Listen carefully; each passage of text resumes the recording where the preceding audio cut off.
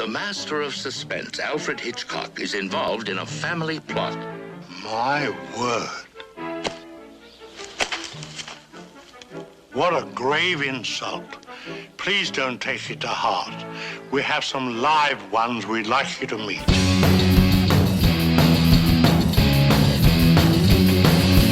Junk food supper. Junk food supper. Junk food supper. Junk food supper. Junk food supper. Junk food supper. Junk food supper. Junk food supper. Junk food supper. Junk food supper. Junk food supper. Junk food supper. Junk food supper. Welcome to Junk Food Supper. This is the podcast where pretty much every week we get together. We talk about Alfred Hitchcock. We talk about Al Hitchcock. We're talking about Hitchcock. We're talking about that. Talking about just all kinds of Hitchcock stuff. I am Parker. I'm joined by Sean Byron in LA. How is your Hitchcock doing this week, Sean? My cock is hitched to this podcast this week, I guess, because, we're going to be reviewing Family Plot later on, which is the last from the great master of suspense himself, Alfred, well, as my wife calls him, actually, Alfred Hedgehog. Because of his big penis, of course. Well, yeah, and his rotund figure. I think, kind of looks like a hedgehog, shape-wise, right? I mean, he's sort of like the English Ron Jeremy. Yeah. Oh, I see what you're saying now. Yeah. Okay. That hedgehog. I was thinking Sonic, chili dogs, he's kind of a little tubby guy. Yeah. Who do you think has the better filmography, though, Ron Jeremy or Alfred Hitchcock? That's the question. Oh, I thought you were going to say Alfred Hitchcock or Sonic, and the answer is definitely Sonic the Hedgehog. I mean, have you seen those recent ones with Jim Carrey? They're really great. Surprisingly watchable, people tell me. Much better than Vertigo. No, but I mean, I haven't seen as many Hitchcocks as I have Hedgehogs, so it is hard for me to judge Ron Jeremy versus Alfred. Maybe if we keep doing this podcast long enough, I'll catch up. Yeah, that actually is. Yeah, I bet that I've seen more Ron Jeremy movies on Letterboxd than Alfred Hitchcock movies. How sad! I'm not a real cinephile. Yeah, well, I mean, Ron Jeremy, one of the few guys to have made more movies than Alfred Hitchcock, so it's hard to miss him, If you watched a porno in the 80s or 90s, you saw him at least once. That's true. He's in all that porno, which is a lot of what I log on Letterboxd, and the son of a bitch just shows up in like every third Troma movie, he's in like every James Gunn movie, he just shows up in weird shit, so it's hard to avoid him. Shows up on our Instagram feed in regrettable posts from before we knew that he was a rapist, probably. Yeah. I mean, yeah, that goes for pretty much every actor we've ever talked about on this show. Yeah, I'm going to just make a blanket policy going forward that we will not include any celebrity photos on our Instagram feed ever again. That's for the best. It's my commitment. It's a curse. We curse them whenever we talk about them. I mean, I'm already regretting those Jared Leto posts that we did a few years ago, when he was hanging out with us at In-N-Out Burger. Man, it's so weird. Jared Leto, it's been a pretty open secret that guy's a creep for 25 years and it never caught up to him. And then all of a sudden, as soon as he finally has a good role and he's fucking spectacular as Skeletor, now all of a sudden the media wants to be hey, let's take a look at this Jared Leto fellow. It's bro, please, he's so good at He-Man. Let him, now is the time to let him cook. Please stop it. Why are you taking this from me? I loved him in He-Man. I was trying to figure out where you were going with this, but I haven't seen the new He-Man, so I can't speak to it. But surely he cannot be as compelling a Skeletor as Frank Langella, right? I mean, I think he's really good as Skeletor. Okay. All right. He's real good. Man, I do dislike that man, though. Even whatever, horrendous things he may have done off camera, seems like he probably did off camera. Just talk about the things that he's done on camera, and it's I can't stand this guy. I mean, have you seen any of his work? What was that? House of Gucci? Oh, my God, man. That was one of the worst performances I've seen in my life in a movie full of them. Mm-hmm. He's terrible in Morbius. I mean, Blade Runner 2049, which is a movie I think is pretty much perfect. He's not great in, pretty bad in. He's the worst part, probably. It sucks, dude. I've wanted to see that new Tron movie that I'm sure is probably bad. I mean, they're all bad, but I smoking some heavy doobies and looking at neon lights. So I want to see this Tron thing, but motherfucking Leto's all over the thing. So I don't think I can really. He's just wretched. I mean, also the worst Joker of all time, for God's sake. Like, that Joker's performance is a war crime. Yeah. So, all right. Well, I guess I'm glad that he's not going to be working anymore. Or maybe he'll just be working now in movies that are championed solely by Elon Musk. I mean, that's possible. Have you seen this shit where this piece of shit, this subhuman garbage, Elon Musk, a scum that does not deserve any place on this planet, has been touring Europe with that movie, like promoting it on behalf of Armie Hammer and what's his face? Oh, really? No, I haven't seen that. Yeah, I guess I only read the headline because I've got no patience or tolerance for news that will just make me furious. But yeah, it seemed like he's been touring around Europe with that movie.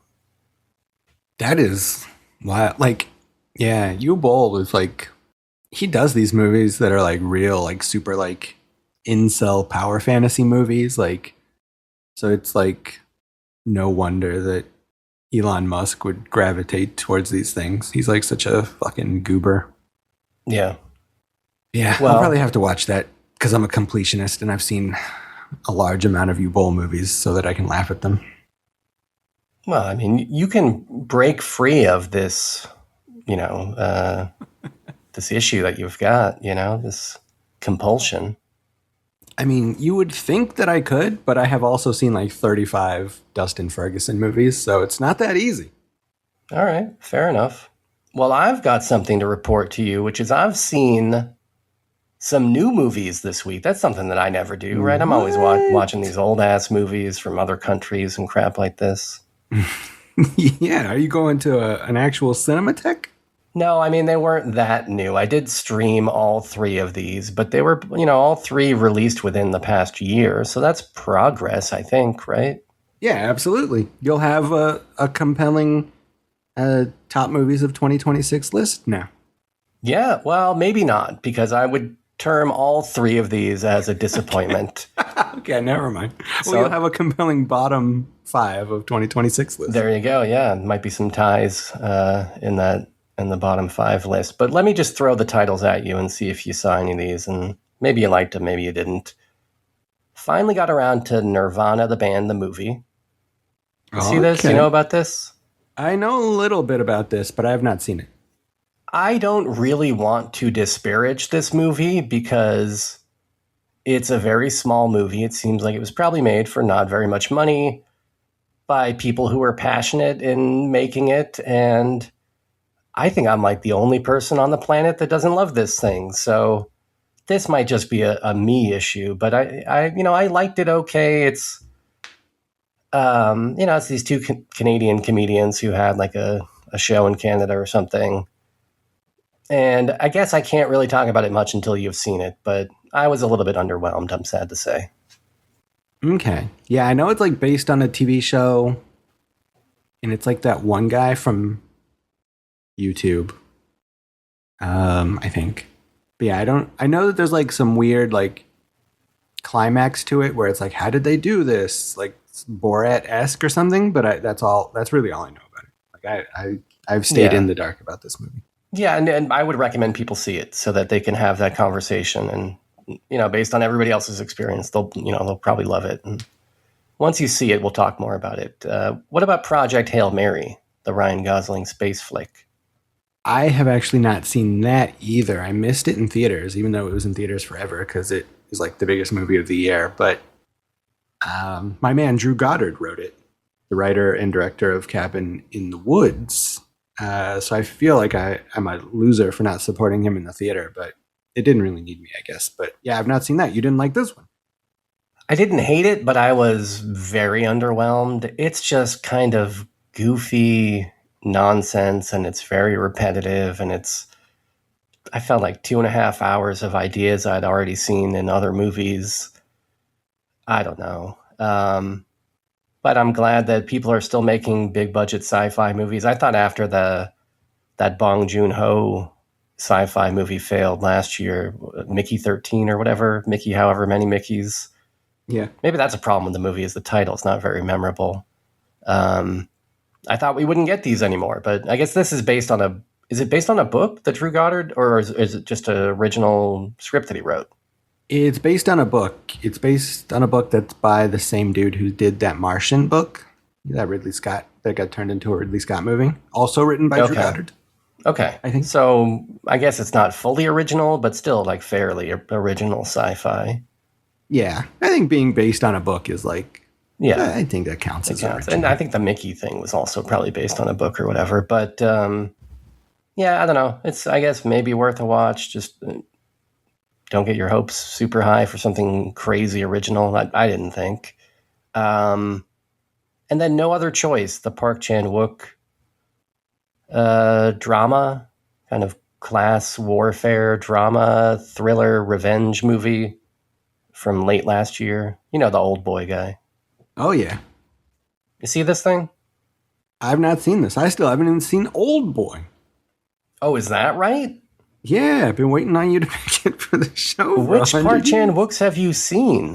That's a good question. Let me look it up. Because I think I've seen them all except... I think he maybe did some other thing for a streamer in the past couple of years that I haven't seen. But I think I've seen everything else that the guy did. Oh, yeah, No Other Choice. I saw that was like pretty divisive amongst my Letterboxd buddies. I thought that people loved this. I thought it got like over a 4 or something on Letterboxd. And it's been on a lot of like best of lists. But I just thought it was very repetitive. And it's one of those things where it's a movie about financial hardship and, you know, kind of class struggle. But it's coming from the place of like a filmmaker who has been very successful for the past 30 years, is probably a millionaire, probably doesn't even have to ever work ever again. And it feels a little disingenuous. So I don't know. Okay. Turns out I have not seen any of this guy's movies. Man, you got to see some Park Chan-wooks. I got to see that Old Boy. I would say start from the beginning, you know? Mr. Vengeance, I would start there probably. Okay.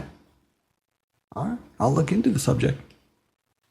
And then Old Boy, and then Lady Vengeance. And then I'm a Cyborg, but that's okay. I mean, that's a good name for him. You can probably skip that. Oh. I think that's just like a short or like a anthology film that he did part of. Oh, okay. Yeah.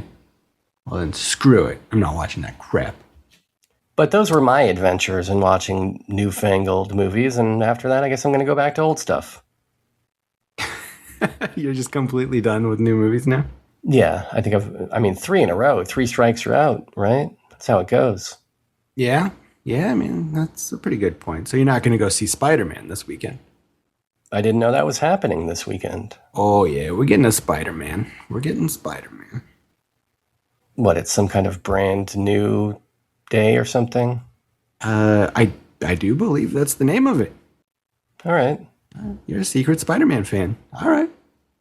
I see what's going on here. Not a very good title, right? What happened to just calling these things Spider-Man 1, 2, 3, 4, 5? Let's just do those again. Numbers. Remember Numbers? We all liked them. They were functional. I think so. I mean, yeah. I mean, it's no coincidence that the best Spider-Man movies are Sam Raimi's, and they're Spider-Man 1, 2, and 3. Yeah. And if you really want to spice it up, you feel like you got to jazz up this title, I can accept like a subtitle or like, you know, like something after a colon. That's fine. But you got to put a number in there for me. Otherwise, I can't orient where I'm supposed to view this in the chronology. You know, should this be the very first Spider-Man movie that I ever watch? Probably not. Probably not, no. Although, I do think that the title alludes to the fact that this is like, I mean, it's certainly in continuity with all the Avengers movies and Spider-Man movies of the MCU, but I think this is like kind of a fresh, it's almost a soft reboot in some ways. So you might be able to get in here and this be your first Spider-Man. Okay. It's Maybe, probably not going to be. Well, yeah. I mean, your first Spider-Man should be Homecoming. since there are so many Penis Parker drops in that movie. Oh, yeah. I would love to have those. So right now, I've only got this one. Sup, Penis Parker? But it is a pretty good drop. There's going to be more coming for you when you check out that other one. But yeah, I don't like these new Spider-Mans. The Raimi Spider-Mans will never be topped. I mean, ever by anything. I mean, those are like the best superhero movies ever made, probably. I mean, maybe Captain America's slightly up there, but still not close. But yeah, so I don't like these new Spider-Mans, but I'm a little excited for this one. I mean, as we've talked about a little bit in the last movie preview, Punisher and Hulk are also in it, and like that's just like a fucking like, yeah, cool. Like, it's like wild to think that something so comic booky would be on screen, like as a crossover between fucking Punisher, Hulk, and Spider-Man. Like, give it to me. I'm all for that. Like, that's so comic booky that it's hard to believe Hollywood would put money into it. So I'm down. Yeah, and I guess we'll see how it performs. I mean, based on the recent track record of properties that were targeted at our generation, you know, the failure of your He-Mans at the box office and your Grogus, etc. I don't know. Like, does Spider-Man still resonate with a young enough audience to maintain this going forward? I think Spider-Man's probably the only one that will. Like, I think, like, when the new Avengers movie comes out in December, like, if that movie bombs, then, like, superhero movies are done. But even if superhero movies are done, I think Spider-Man and Batman people will still go see those. Like, I think people will be done with going to the movie theater to see, like, Fantastic Four or, like, you know, I don't know, like Green Arrow or some shit like this. But I think Batman and Spider-Man are big enough that they're like economy proof. They're trend proof. Like, they'll always be around. Or maybe, you know, these studios take a look at, you know, their approach to these big budget superhero movies and say, hey, maybe there's another way to leverage these properties that is not making the same $500 million movie over and over again.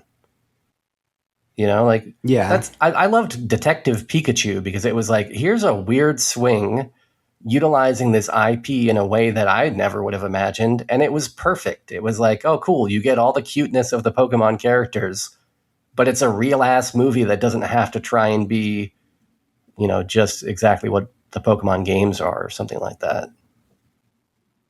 Yeah. I mean, I think that's maybe what James Gunn is trying with this new Clayface movie that's coming out. Like, it's in their DC universe. It's tangentially related to Batman, but it's like a small budget or mid-budget horror movie. So, like, the success of that might determine how well, like, these sort of like very, very different approaches to big IP blockbuster movies go. Yeah. Well, let's see. I guess I'm now rooting for Clayface, which I'm kind of surprised by, but I guess that's the position I'm put in now. Yeah. Well, I mean, it was kind of that way too with that Deadpool and Wolverine movie that came out. Like, I mean, that's like still mostly just like a big budget action movie, but it was also like rated R and full of like weird meta comedy that, you know, 10 years ago you had to be like some sort of D&D playing nerd watching Community to understand this style of comedy, kind of. So, and like that movie made $1 billion. So like that might have been like kind of the shift. Like, I feel like Marvel's like more into making like, or just, you know, superhero movies in general are like more likely to be like rated R now because that movie made so much goddamn money. But well, there was also Logan, I feel like, was kind of a shift in a different direction for these movies, but it's less about like the fact that once in a while they try something new, or even if they, you know, often try something new. It's more that like I just want to see them stop ever doing these like giant, too big to fail action movies that I don't know. I just think are such a waste of resources. especially when it does feel like they're bound to fail going forward. And it's going to have ramifications where it's like, oh shit, our studio lost our lunch on this big bet of, making $1 billion Avengers movie. That translates to like, oh, a lot of people lose their jobs, or like, we can't make movies anymore. Let's not do that. Let's not, end up having every media company go bankrupt and be consolidated under the federal government. Be responsible and just, shoot for the smaller markets. I don't know. Yeah. Well, I mean, that's kind of how before Disney got its fucking mitts in it, like that's kind of how Marvel worked. It was like they'll make sort of modestly budgeted, like a World War II adventure movie starring Captain America, or a modestly budgeted space opera starring a talking raccoon in a tree. And then they would build up to like a big, crazy, too big to fail Avengers movie. And now every single movie they do is a too big to fail Avengers movie. And it's just like unsustainable, and it's boring as a viewer, and it just burns people out. Like, I think they have to go back to like, what if we just make a movie where Thor is hanging out in a small town in Arizona again? Like, I think you kind of have to like give people those little like fun little breather movies. If everything's like, a crossover between the X-Men and the Fantastic Four and the Avengers and like fucking Blade with Wesley Snipes, then it's like, who cares? Like, if everything's an event, then nothing's an event.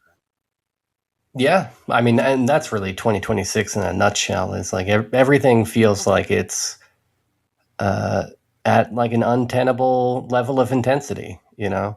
Every wrestling match has to be 15 guys on the top of a cage doing backflips into the crowd onto flaming piles of spikes or something. Like, there's no subtlety in anything anymore. And I guess I kind of like it when it's in wrestling, but in other cases, I'm like, you know what? We're going too far here. Yeah.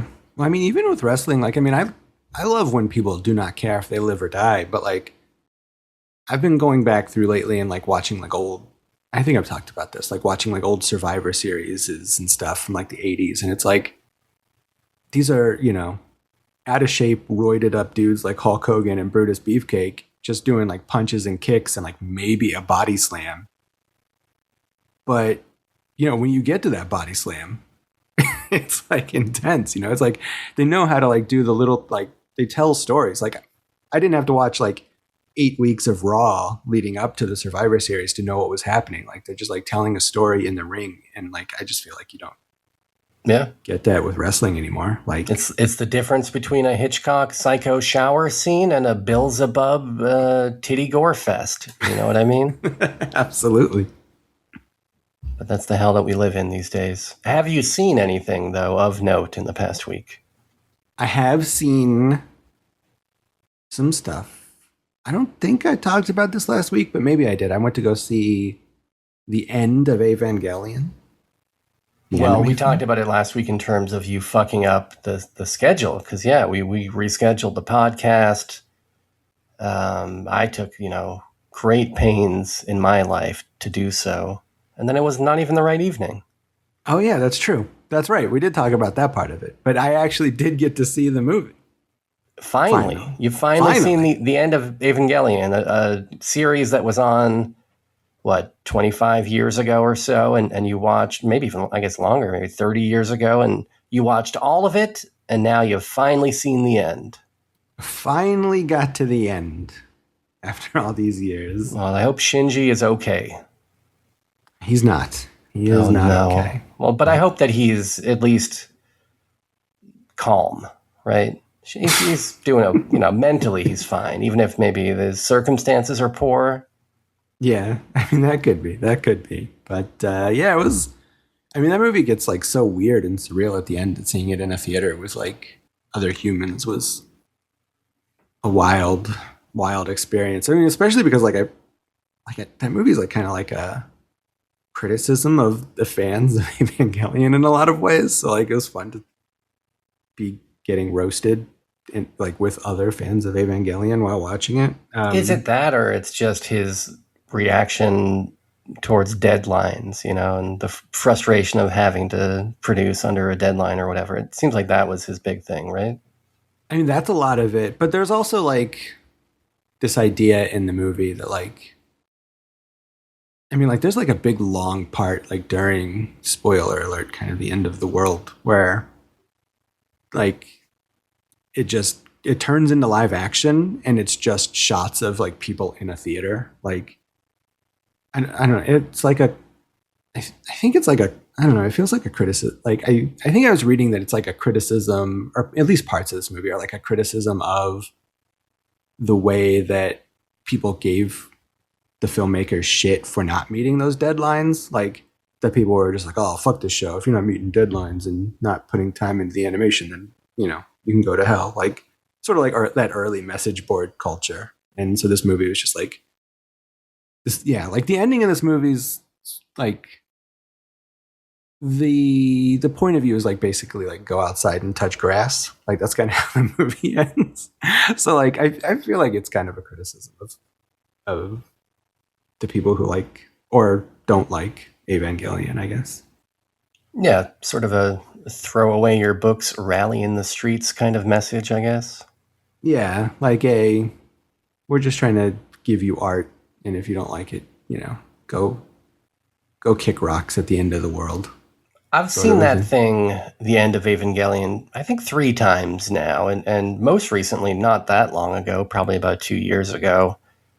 And yet I still feel like I've only retained maybe about 10% of it each time I watch it, you know? Yeah, for sure. And I need to watch it 7 more times, and then I'll be able to have a full picture of what happens in that thing. Yeah. Like, yeah. I mean, that's definitely the tricky part of Evangelion is like, understanding the bigger like themes that the filmmakers are going for and like all the subtext is like difficult, and then like understanding the like analogies to real world religion is very difficult, and even just understanding the basic plot of like why robots are fighting each other is difficult. Like everything in that fucking series is hard, so it's like putting it all together is it's a difficult process, but the animation's pretty, so it's like pretty worth it. Yeah, not to mention the confusion about why there's a character named Asuka who's not doing backflips off a cage onto flaming spikes in the audience. You know what I mean? Well, until this movie, I mean, she kind of does. Oh, yeah, I guess so. So you saw the end of Evangelion. Yeah. I guess we can call that a movie at the theater. That's a movie at the theater. What else did you see? I think that's all I saw at the theater. Okay, well, I mean, since I was so bold as to discuss streamed films, I think you can feel free to do the same. Well, I rewatched the Marvel Spider-Mans to get ready for the new one. And okay. As I kind of alluded to earlier, I still don't particularly care for them. But you like that cartoon one?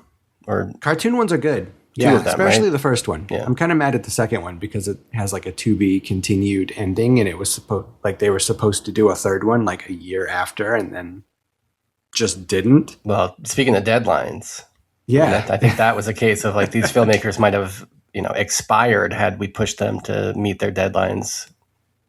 You know? That's very possible, but yeah, because that movie's only half a movie, I'm kind of mad about that. But like, you got over that. But what's that? You're over that by now.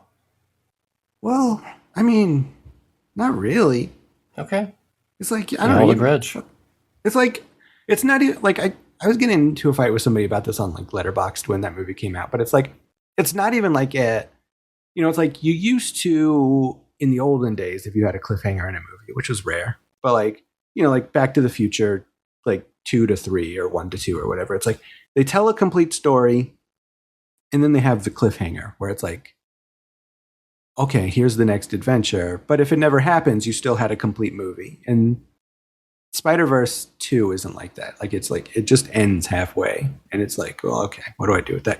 But I don't want to like go too hard against that movie because like the animated ones are very good. Like the animation's great. And yeah, and I mean, it's not easy to draw, probably 24 pictures per second or however many they're drawing over there. It's a lot of work. That is true. That is a good point.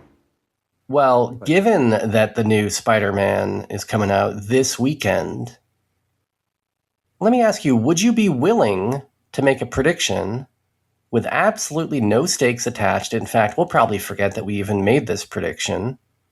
But maybe there might be some future listener who's out there listening to old episodes of Junk Food Supper who would hear this and be like, oh, he was either right or wrong.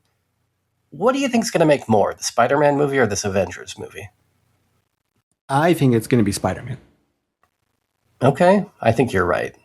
I think given the summer release and just given the character, I think Spider-Man's probably more marketable than Doctor Doom and the Avengers. Yeah, because Spider-Man's not in that Avengers. If he was, then it would obviously be the Avengers. But like, yeah, Spider-Man, people love him. It's got, Spider-Man also has like the two biggest stars in the world in Tom Holland and Zendaya. So that helps a good deal. And then I think people are like a little weary of the Avengers. Like, I think people are a little sick of these green screen, like, you know, not even sure if the actors are in the same room together type of movies. Like, I think, even though I don't like the Odyssey, like, I think maybe the Odyssey, like, shows us that. Maybe Dune, the success of that second Dune movie and the hype for the third one, like, kind of shows us people want real movies filmed in a place. I think so, yeah. Like in like the failure of Mandalorian and Grogu, like, which is all shot in like the big dome thing. Like, I think people want movies that are like real again. So I think people may be wary of this. I mean, I think Avengers movie is gonna like do well. Like, I don't think it's gonna bomb or anything, but like, I think people are a little weary of these movies nowadays. Yeah, I mean, I would think that should be self-evident when we live in a time that is so dominated by social media posts of people saying, look at me, I went to this place. We want that in the movies too, you know? Like, it's cool when you're watching a movie and you're like, oh shit, they really went to Moscow and they shot this, you know, at the, whatever that square is with all the funny buildings. When you see that in a James Bond movie, you're like, oh shit, that's cool that they went over there, you know? Yeah. And also I think with the rise of AI, like, people just want to see real shit. Like, they don't want to see CG nonsense. Like, they want stuff that's like verifiably real. Like, it's so hard to tell nowadays what the fuck is real and what isn't. So, especially when it's coming from the guys with all the money. It's like, if you guys are a big movie studio with all these dollars and you can't even spend them to go to the place and film the thing, come on, man. I can get my cheap AI shit from anywhere, you know? Yeah. That's true, especially when like all you need to do is like, I mean, for these Avengers movies, like, go out to the desert and, you know, shoot Iron Man and Doctor Doom fighting. Like, it's not that hard. It's not like, you know, you need to close down city streets necessarily. Although, I mean, that always looks good. They did that for the first Avengers movie, but it's like, go to the desert, throw a red filter on the lens if you want to make it look like Mars or something, and we're good to go. Yeah, exactly. Like, go film in, you know, Czechoslovakia or somewhere where your money stretches, you know, do the full moon thing. And especially, I mean, we're dealing with like semi-fictional cities in these superhero movies. So you can go to any city. You can go to Shanghai or whatever city you think looks cool and futuristic. I'll take that, you know, that's fine. But don't go to, you know, just whatever dome setup that you got in Burbank with a bunch of green screens. Yeah, I think we're gonna see more of that. I mean, that's obviously what I want to see in movies. So I'm maybe being optimistic, but I think we'll get a return to that kind of thing in the future. Well, I think the only way to be sure of that is to take a look at what's coming out in the future theatrically. And wouldn't you know it, great timing. That's just what we're going to be doing right now. Oh, hell yeah. Because it's time for our August movie preview segment where we look at the movies coming out in the month of August. Yeah, let's take a look at these movies. I see there's a movie called Soul Mate, and that's the number 8. You know, I was advocating for numbers and titles earlier. I didn't quite mean it like this, but the number 8, TE, so Soul Mate, an upcoming American sci-fi erotic thriller Holy It is shit. a spin-off of Megan. You know about this? I've not heard about this, but this is like give me a spinoff of Megan, please, because I like those movies, and give me any movie that could be described as an erotic thriller. Erotic thrillers are back, by the way. They're coming back. I'm fucking so stoked. Like, we've been living in a world where cinema has been sexless for so fucking long. And so for like... Maybe partially because of these goddamn Disney Marvel movies.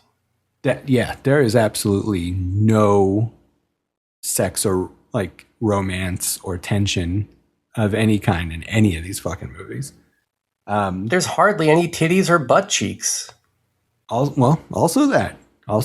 But like, there's like, outside of like Spider-Man movies, like there aren't even any like romantic relationships in any of these fucking things. But like, yeah, The Housemaiden has brought back erotic thrillers, and I'm all for it. So I'm super gonna see this fucking movie.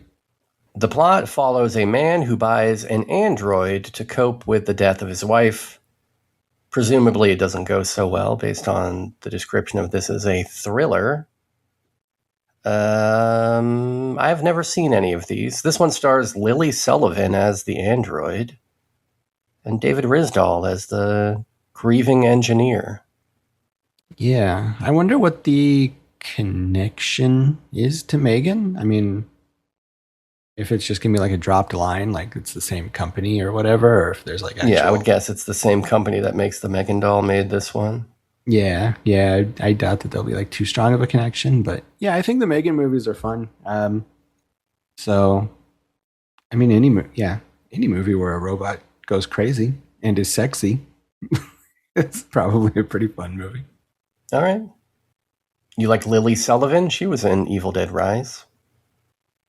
Oh yeah, she was like the main lady, right? Or let's say maybe. Yeah, she was. Yeah. She wasn't like the scary lady. She was like the good guy lady. Yeah, I liked her in that movie.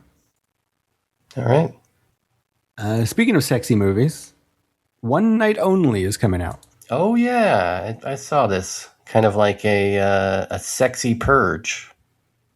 Yeah, exactly. Which I've seen this trailer 100 times. Like, they always show it before everything at the theater I go to.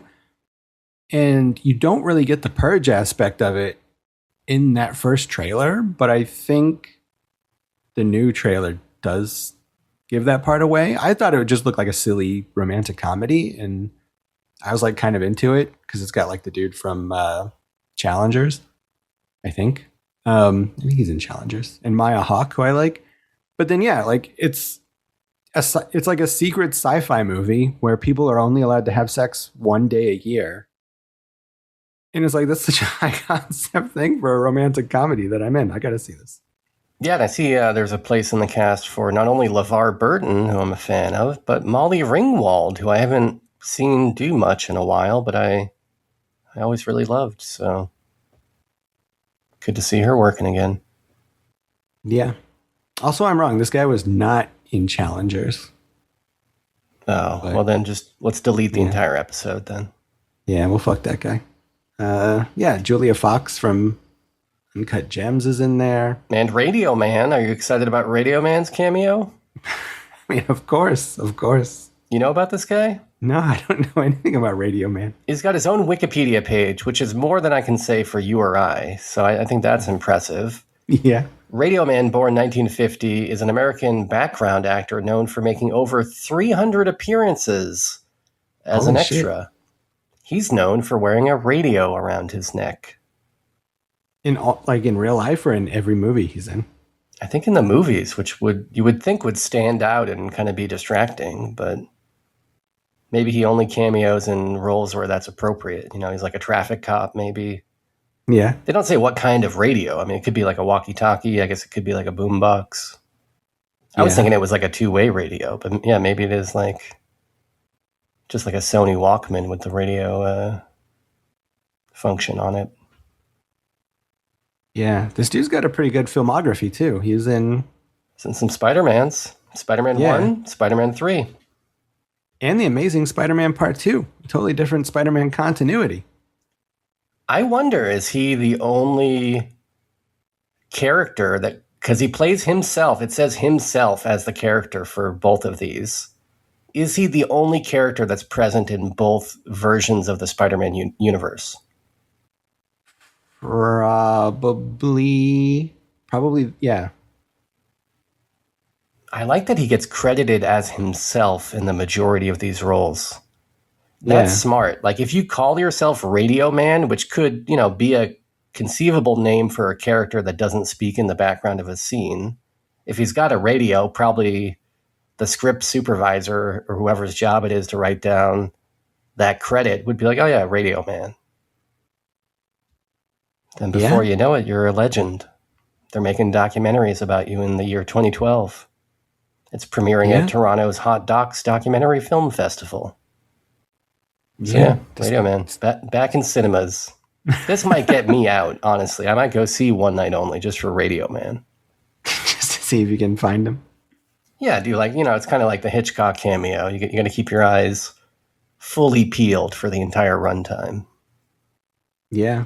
I mean, this guy's wild. He's worked with Scorsese, Sam Raimi, and Kevin Smith. Like, what a wild actor. I would watch this Radio Man doc. If you want to pick it, the 2012 doc, if you can find it. I don't know where it is, but I would watch that. Just considering you're such a big Radio Man fan, I am. I love the Radio Man. Well, speaking of fully peeled, Super Troopers 3 is coming out. This is an upcoming American comedy film directed by Jay Chandrasekhar. It's a sequel to Super Troopers 2, if you can believe it, and was written and stars the Broken Lizard comedy team. I don't really know too much about these lizards of the broken variety. I've had friends through the years that seem to love Super Troopers, and I've certainly walked through a living room or two where people are, sparking up a bowl and watching it. It's never compelled me to stop for more than a minute, but I'm glad that people like it.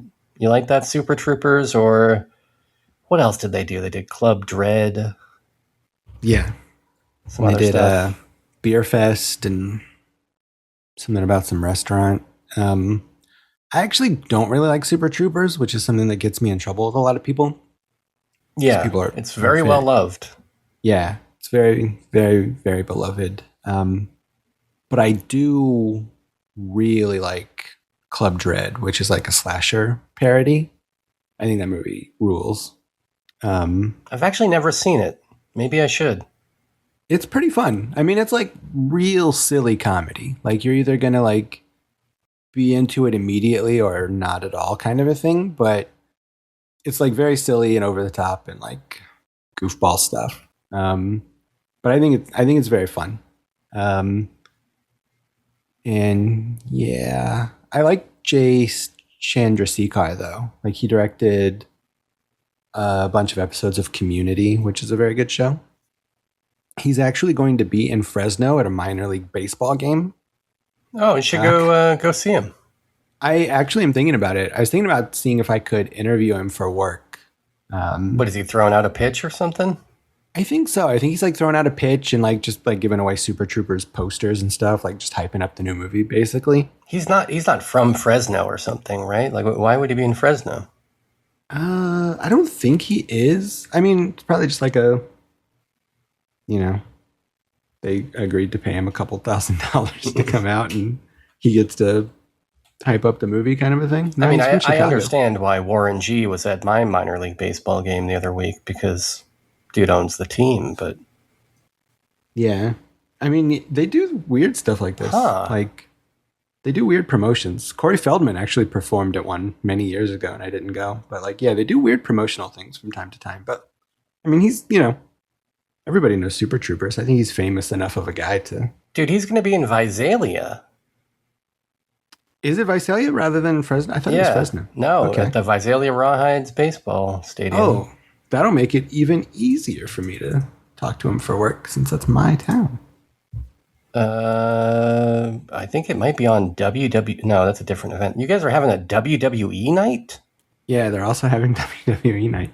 The first like 500 people or some amount of people who go to the game that night, get like a rawhide shirt that has a WWE belt like attached to it, which I kind of want. I kind of want that too. It's pretty Should come up budget for it. looking, but yeah. Come on up for it. That's this Friday though, dude. Damn.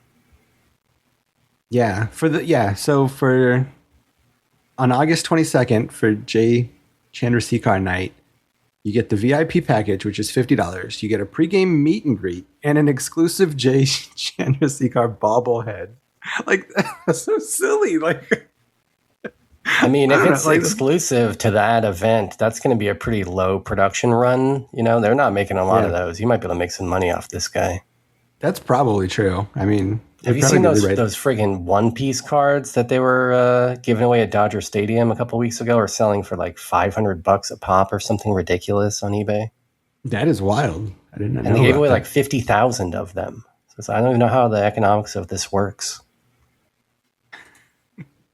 Anyways. Well, yeah, I might have to go to this and get one of those bobbleheads and sell it on eBay to some weird Super Troopers super fan. He seems like a really nice guy. He's on the Doug Loves Movies podcast quite a bit, and he always seems like a really nice guy.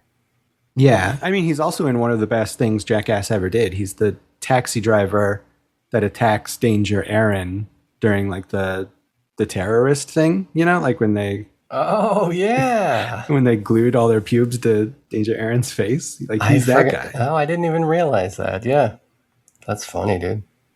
Yeah, which I would love to ask him about. That's one of the reasons I want to talk to him. I want to talk to him about Jackass, and I want to ask him about working with Chevy Chase on Community.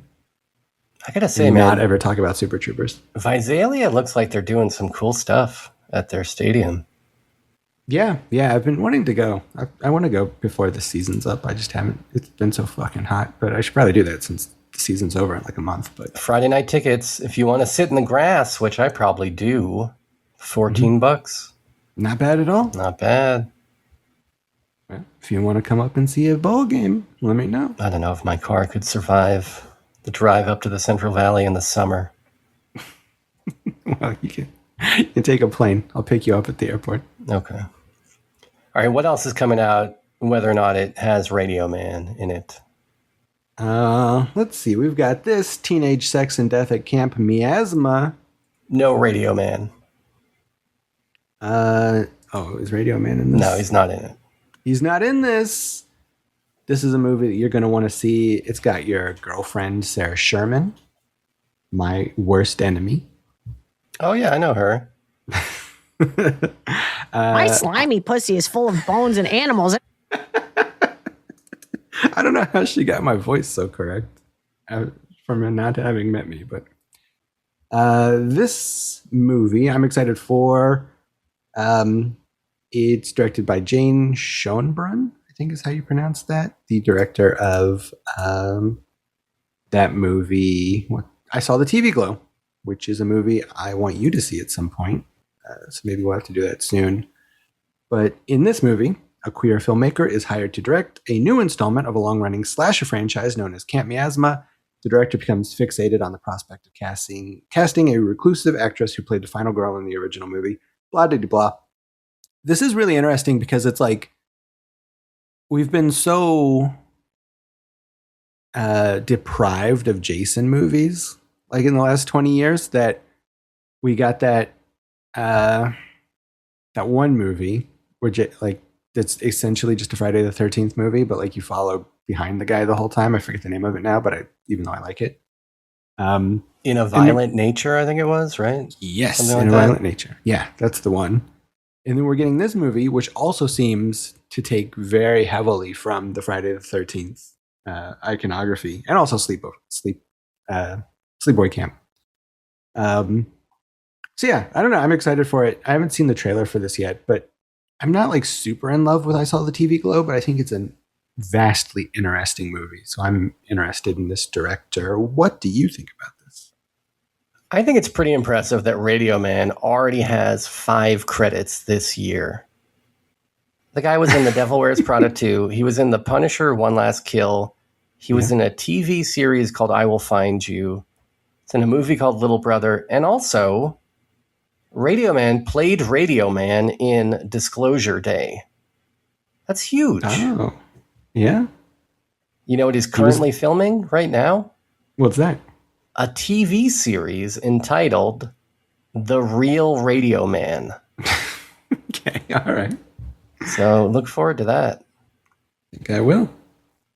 Can't Miasma though? I don't know. Yeah, I mean, I don't know. I don't think I'm that interested in, like, even though I just said maybe I'll watch Club Dread, I'm not that into like these kind of parodies or send-ups of slasher movies, you know? Yeah, I mean, I haven't watched the trailer, so I don't know what like the tone of this is necessarily. I would imagine it's like less a parody and more kind of using that iconography as like a jump off to tell a personal story. At least that's kind of how I saw the TV Glow went. I didn't even like it in the context of like Sleepaway Camp 2. Yeah. You know, where I'm like, this is too much goofing on slasher tropes. Like, it just feels too easy to goof on slasher tropes, you know? I mean, I think what's more challenging is embracing those tropes and yet still making a movie that is cool and feels fresh and new. Let's do that instead. Yeah. I mean, like I said, I haven't seen the trailer, but just going on what I've seen of this director's work, I feel like that might kind of be the thing that's going on here, but I can't say for sure. Given Kevin McDonald and Sarah Sherman and Zach Cherry and a lot of this cast, I feel like it's probably going to be kind of goofy, but... Well, yeah. I mean, I like to see Patrick Fischler in the cast list here, though. I don't know about that. You remember this guy, Fischler? From Twin Peaks Season 3? Oh, yeah. And from Mulholland Drive. Okay. Oh, yeah. Okay. Yeah, that makes sense, because I saw the TV Glow was very David Lynch influenced. Oh, this guy's the brother-in-law of Julia Louis-Dreyfus. I never knew that. Nepo baby. That's not quite how that works, but okay. Total Nepo baby, that guy. Ice Cream Man is coming out. Speaking of potentially semi-comedic or semi-send-ups of slasherdom. Oh, yeah. How weird to come out on the same day, two slasher. Yeah. August 7th, Eli Roth's new flick about an idyllic suburban town that descends into madness when a mysterious ice cream man serves sweet treats that turn kids into homicidal maniacs. All right. Yeah. I guess I should look at the trailer for this, I guess, right? Yeah. Have you? It looks kind of fun. Okay. I think I mentioned when I was at Monsterpalooza that they were doing promo for this, and they had like an ice cream truck outside the venue that had a really annoying, like 4-second loop of the Ice Cream Man song, you know, and it just was infuriating. Yeah. But presumably the movie won't just run that same clip through the entire movie. Hopefully, yeah. Yeah, I know. I like Eli Roth. Like, I know he's probably kind of a shitty guy in real life, based on how much he loves Quentin Tarantino and probably genocide. Although don't quote me on that. I haven't looked too far into it. But I mean, yeah, I don't know. His movies, even when they're bad, they're like kind of interesting. I really like Cabin Fever and Hostel, so I will always see his stuff based on how much I like those movies. So, all right, I'm in. Something I probably won't see is this movie Tony, because not only is it an A24 movie, and fuck those guys, but it's a movie about Anthony Bourdain. It is set in 1975, where a 19-year-old Anthony Bourdain wants to be a writer, but takes a summer job at a restaurant, becoming a cook. It really just focuses on like this one summer of Anthony Bourdain's life. And I really like Anthony Bourdain. But you hate this summer of his life. I hate this summer of his life. I don't know. It's like, I mean, I guess this is just kind of the thing. Like when you are a misanthrope who sort of like accidentally gets famous, but it's like the idea that there are like, I mean, I think this is like the second or third biopic about him. And like, there's like a documentary or two. Like he would have absolutely fucking hated that there are biopics about him. So like, it's, it's like sort of weird. It's like, do I go see this movie that this guy would not have wanted to exist? And like a guy whose like his entire life is already documented over the course of 20 years from his TV shows and like his multiple books. And like, do we need a cutesy little A24 movie about it? Or should I just go read his book or watch 4 episodes of No Reservations? Like, I don't know. It's something but I mean, that's like kind of just how it goes. Like Hunter S. Thompson probably would not want people watching things about him, but I would, desperately want to watch more stuff about him. Same with like David Foster Wallace. So I don't know. This is the kind of thing I'm torn about. I probably will not jump to see this, but if it's like streaming one day, my morbid curiosity might take over. But are you an Anthony Bourdain fan? What do you think about cooking and Cape Cod? Well, my deep personal connection to Anthony Bourdain is that, that show, No Reservations, was, it was the show that would be on, I feel like, for at least a few year stretch there. Whenever I went to a hotel and I check in and I sit down on the bed and I just turn on the TV, that would be the show that I would have to scroll past to get to something else. It was always there. It was somehow it was the default channel. And so I've seen, 14 seconds of this show across a 3-year span. So yeah, I don't know anything about this guy or really anything about this movie, but I guess this is an opportunity to quiz you, put you on the spot, you being such a big fan of Anthony Bourdain. Are you willing to comment on whether or not Asia Argento made him kill himself? Yeah, absolutely. She did. Okay, let's get that on the record on the podcast so that we can, let's document it. He had to give her money to be, allegedly, anyway, in my opinion, he gave her a bunch of money to give to a little kid that she raped as hush money, and that the guilt from that drove him to kill himself. I feel like it's pretty cut and dry, but in my opinion, allegedly, but who knows? Okay. All right. Well, I'm glad that we were able to spin that into entertainment. It's a horrific thing that happened. Yeah. Very horrific. Speaking of horrific, though. Oh, wait. Well, speaking of horrific, Attack of the Killer Tomatoes Organic Intelligence coming out. That sounds pretty horrific to me, right? Absolutely. This must be, the 15th Killer Tomato movie? I think so. I mean, it's probably the 3rd one that is worth watching, but I think it's like the 15th overall. Actually, I think it says it's only the 5th, which that surprises me when there's been 200 Witchboard movies or whatever. Like, how's there only been 5 of these? But Tom Arnold's in it. Eric Roberts is in it. Daniel Roebuck is in it. Oh, boy. And it was filmed in LA, Long Beach, San Diego, Chula Vista. These are places that I approve of films being shot in. I also approve of that. The film premiered on February 20th, 2026 at the USS Midway Museum in San Diego. Now, I don't approve of films premiering at the USS Midway Museum in San Diego.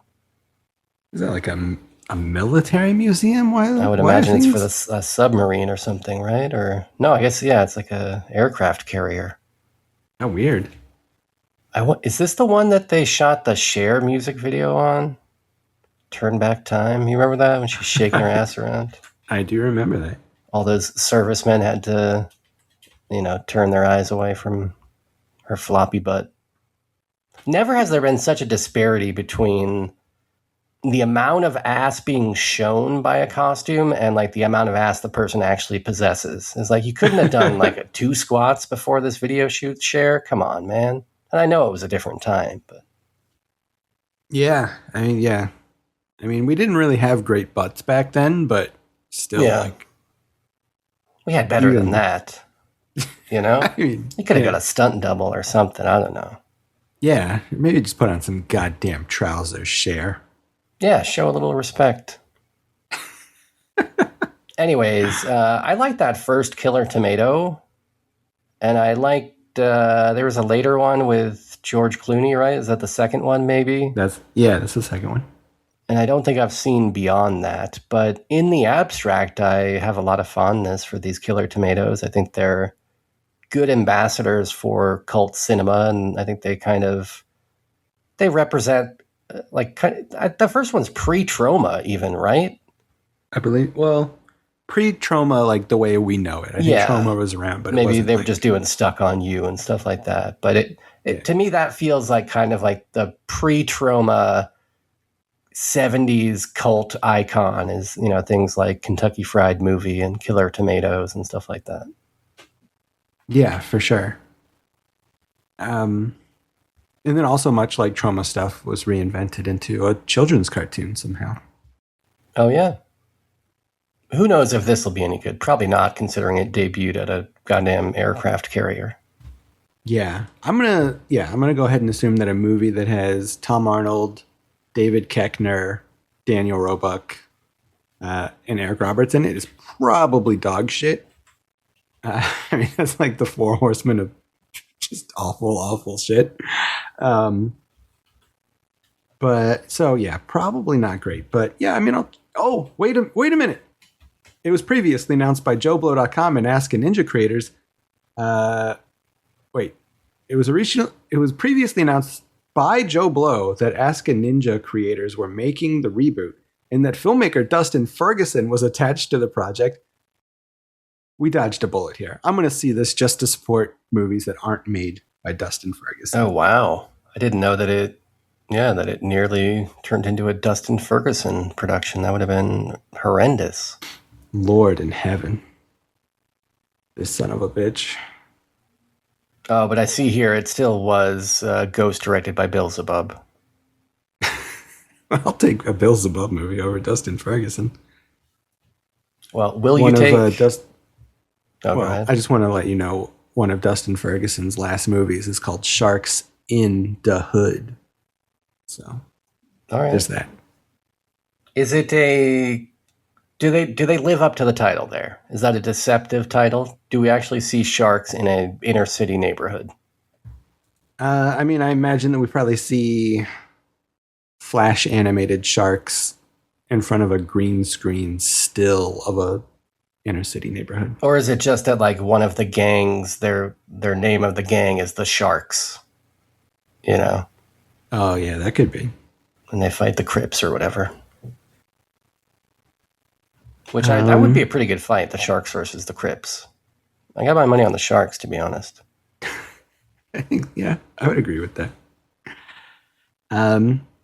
Speaking of fights, in the end of Oak Street, there's a fight between humans and dinosaurs.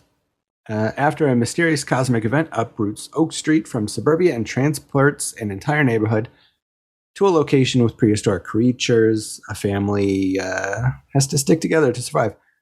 This is directed by David Robert Mitchell, a man whose career I thought was over after the failure of his 2018 movie Under the Silver Lake. Most people probably know him as the director of It Follows. Weird to go from It Follows and then also another low-budget movie that kind of bombed, and then now you're making an $800 billion movie for Steven Spielberg, starring Ewan McGregor and Anna Hathaway. Kind of a wild trajectory there, but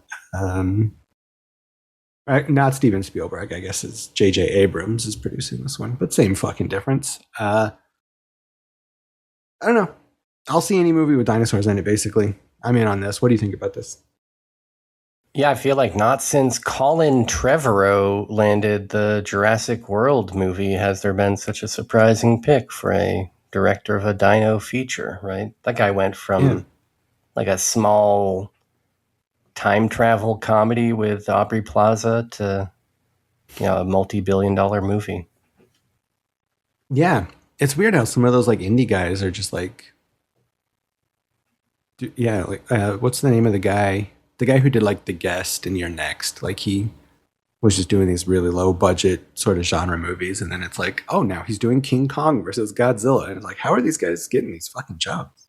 I guess there's just not that many directors out there when you think about it. When you think about the volume of movies being made, if you consider things being made for streaming and made, theatrical and worldwide, making a lot of movies, there's not that many directors out there. So I guess sometimes you got to scoop up a David Robert Mitchell. I was okay with It Follows. I thought it was fine. Didn't love it. And I didn't like Under the Silver Lake at all. So I don't have huge hopes for this. I also don't really love Anne Hathaway, but I like Ewan McGregor. And I love dinosaurs. So I'm ready to be surprised, but I haven't seen a trailer, and so I don't really know anything about this.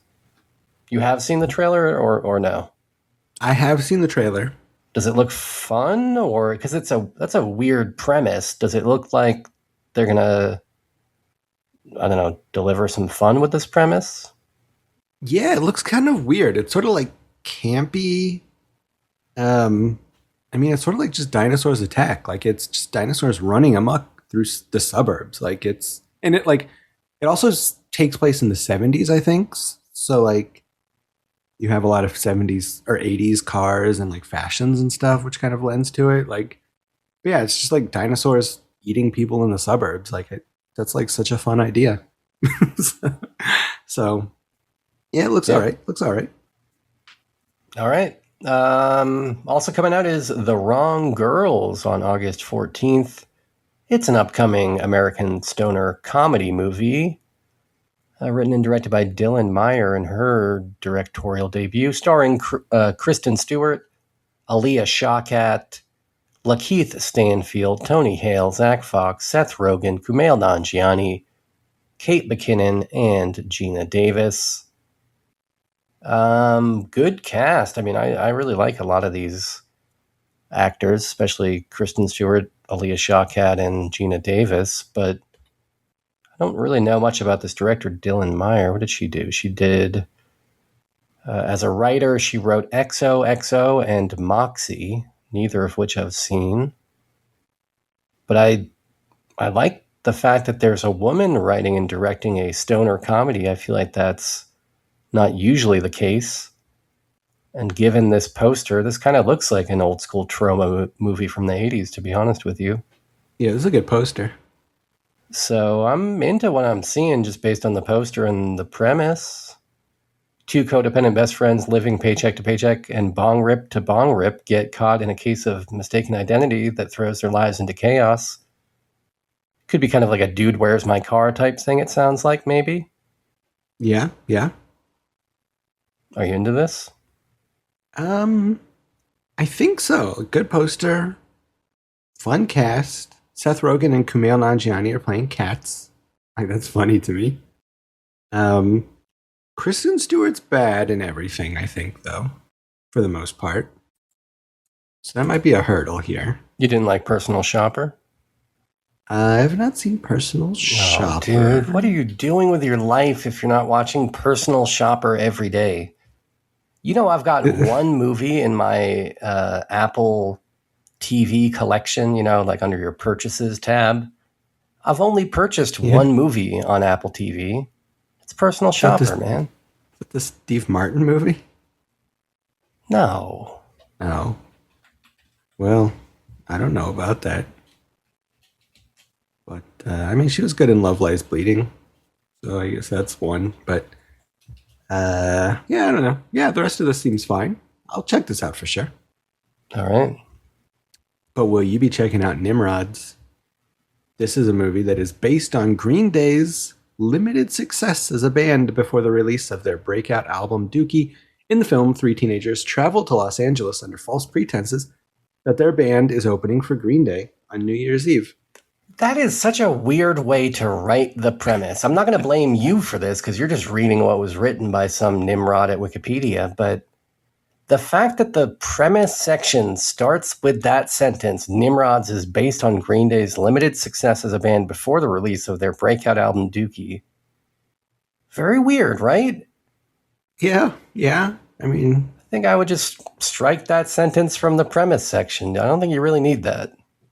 Yeah, that really belongs in like the part above the premise section. And it's not really about the band. It's about this other band or these other kids that are going to see Green Day or whatever, right? Yeah. I mean, yeah. Kind of odd. Not to mention the shade this throws at Kerplunk, which we all agree was a classic. I mean, my favorite Green Day album for sure. Yeah. Better than whatever Slappy Hours or whatever that thing was. Oh, I like that one too, though.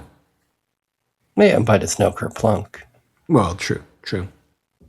Yeah, this is kind of a weird premise for a movie. I mean, I don't know if there's a third movie in this genre, but I feel like a good junk food dinner episode would be this movie in Detroit Rock City, where those guys go to see Kiss. Like, is there another movie in this genre where it's like a band plays themselves and people are going to their concert? I mean, there's like Get Crazy and movies like that where there's like a big show with a bunch of bands. There's like Beat Street, it's got like a bunch of hip hop acts and stuff like this. Yeah. But in terms of it being a single band, I mean, there was, I guess, not really similar, but there's also Get Him to the Greek. Yeah. But like with the band as themselves, I feel like it's a rare genre. But yeah, this movie is playing in Fresno. I will probably go. I mean, Green Day is, they were like my favorite band from age 12 to 16 or whatever. So like I it's pretty rare that I listen to Green Day now, and it's even rarer that I listen to anything that Green Day has released since 1996. But I mean, they do hold a place in my heart because they were so important to me as a kid. So I will probably check this out. Also kind of a fun cast, like Sean Gunn's in there. Everybody's favorite drummer, Fred Armisen, is in there. Like Jenna Fisher's cool. So, yeah, I don't know. What do you think? You gonna go see this? You gonna see this one?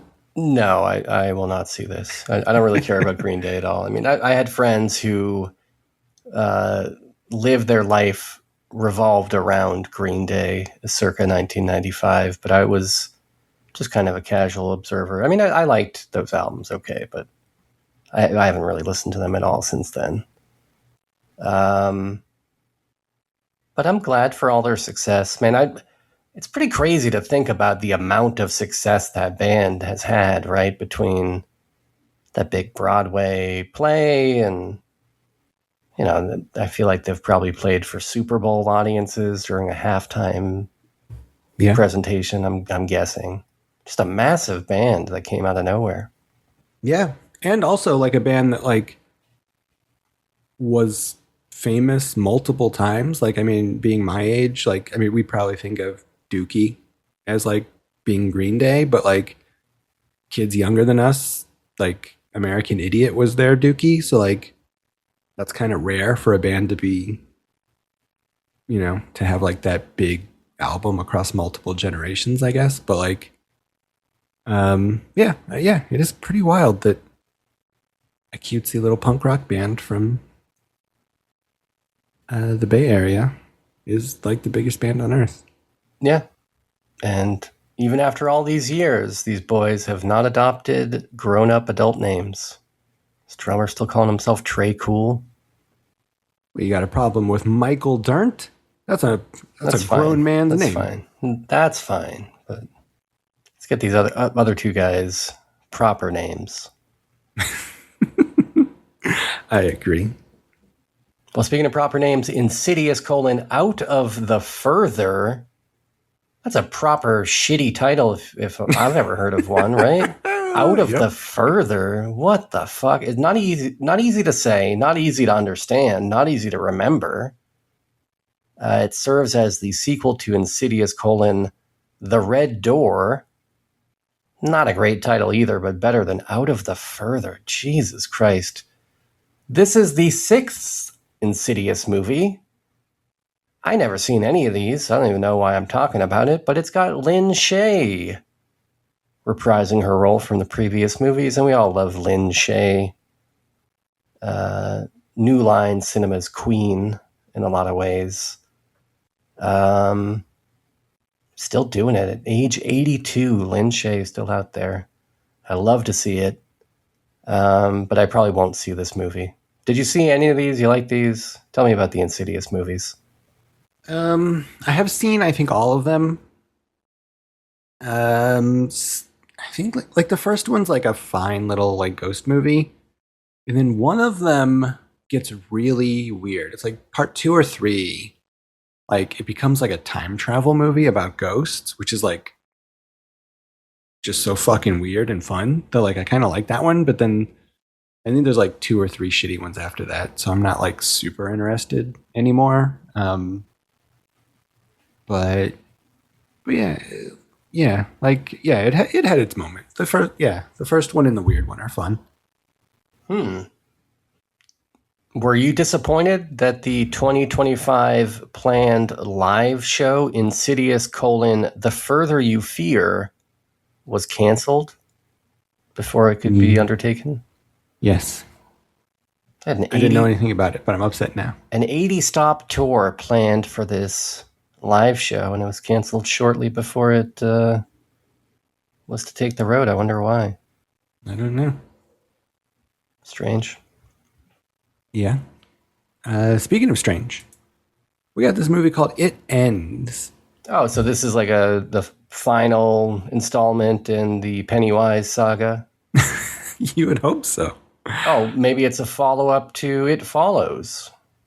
That's what I thought it was, because I know that they're making one, but I don't think it's that. This is a movie about a group of friends who go on a late-night drive but accidentally turn onto a never-ending 2-lane hellscape surrounded by untold horrors and cosmic forces beyond their understanding. And that sounds exactly like the kind of movie I would want to see in life. Sounds pretty Lovecraftian. Exactly. Something weird about this movie, though, is that it was released for digital rental on December 10th of last year via the Letterboxd video store. And what is the now fuck? So I'm supposed to watch this thing on my cell phone? Well, that's how it was originally released, but now it's going theatrical 9 months later, somehow. So I'm supposed to use my phone in the cinema now? I've been told explicitly not to do that. Yeah, I don't know how that works, but I say that to bring back up that I knew it was a bad idea for Letterboxd to start streaming movies, because now Netflix is talking about buying them. So, is that right? Yeah, so we kind of fucked up letting Letterboxd turn into a streaming service. Man, if Netflix buys Letterboxd, I am going to personally burn down the internet. And all of you fools out there who rely on the internet for your microtransactions, for your getting new armor for your Fortnite characters, etc., you're going to lose all of that. It's all going to be gone because I'm going to have burned down the entire internet because I can't handle the concept of Netflix owning Letterboxd. After what Amazon did to IMDb, yeah, this is the worst possible thing. Yeah, it would ruin a website that is still mostly pure. Like, I mean, I think Letterboxd has taken a dive in the last couple of years because after IMDb died, like it's where all the, film Twitter influencers have come to just make shitty jokes. And yeah, the quality of reviews is garbage, but at least it still is like a semi-independent place for the chronicling of facts about movies, which... Yes, absolutely. I'm sure that all of the truth will be lost as soon as a shithead company like Netflix slurps it up, Yeah, I was talking to a friend about this the other day, and it's like, I'm sure that like if you search for a movie, if Netflix owns it, then you're going to get like 15 Netflix produced movies ahead of whatever you're actually looking for, like, and they're all going to be like, you're going to have to watch a commercial for like Stranger Things before you log a movie, and it's just going to become dog shit. Yeah. If you go to the Addams Family movie on Letterboxd, it's going to direct you to Wednesday instead, Yeah. Did you mean Wednesday? I think you probably meant Wednesday. That's the one that we got the rights to. Yeah, it's not going to be good. So hopefully this doesn't happen, but then again, everything on the internet gets ruined. So I guess we'll see. Yeah. Well, speaking of it ends, I guess this could be the end of everything. But I like the sound of this movie, so I'm sad that they got mixed up in this apocalyptic event that's pending. Yeah, this movie sounds fun. So yeah, I'll probably check it out. Will you check out Dog Stars? Tell me now. No. Or tell me never. I'm telling you now, I will not. It's a Ridley Scott post-apocalyptic sci-fi movie. Does that do anything for you? That's exactly why I will not be seeing it. But it was mostly shot in Italy. You know, the All right, Italians. Okay, I'll see that. With Jacob Elordi, Josh Brolin, Margaret Qualley, and Guy Pearce. Oh, still out there, Guy Pearce. Set after a devastating flu pandemic. I don't care. I don't want this. I'm done with devastating pandemics. Maybe I'll watch this in 20 years. What else is coming out? We got Coyote versus Acme. Okay. This is that movie that Warner Brothers made like 5 years ago, and it got shelved. Yeah, when did they make this? Yeah, when was this film? March 2022. Okay. So yeah, over 4 years back. That's a pretty long baking process for this film. Yeah, Warner Brothers said that they were going to shelve it, and then the internet got mad about that, despite the fact that nobody on the fucking internet is going to pay to see this movie. I fucking guarantee it, because every other like Warner Brothers movie, like every other like Looney Tunes movie that comes out fucking bombs. But despite that, yeah, some other company stepped in and is going to release it. And I don't know if you've seen this trailer, but it looks really funny. So despite the fact that I kind of want this to bomb so that I'll be right that the internet is fickle and stupid and they put up a big fight about, you know, this movie should be released even though nobody actually wants to see it. Like, I kind of want to be right about that, but I kind of want this to do well because it looks funny and I know I'll be seeing it. So you're a Looney Tunes man. You going to go see this?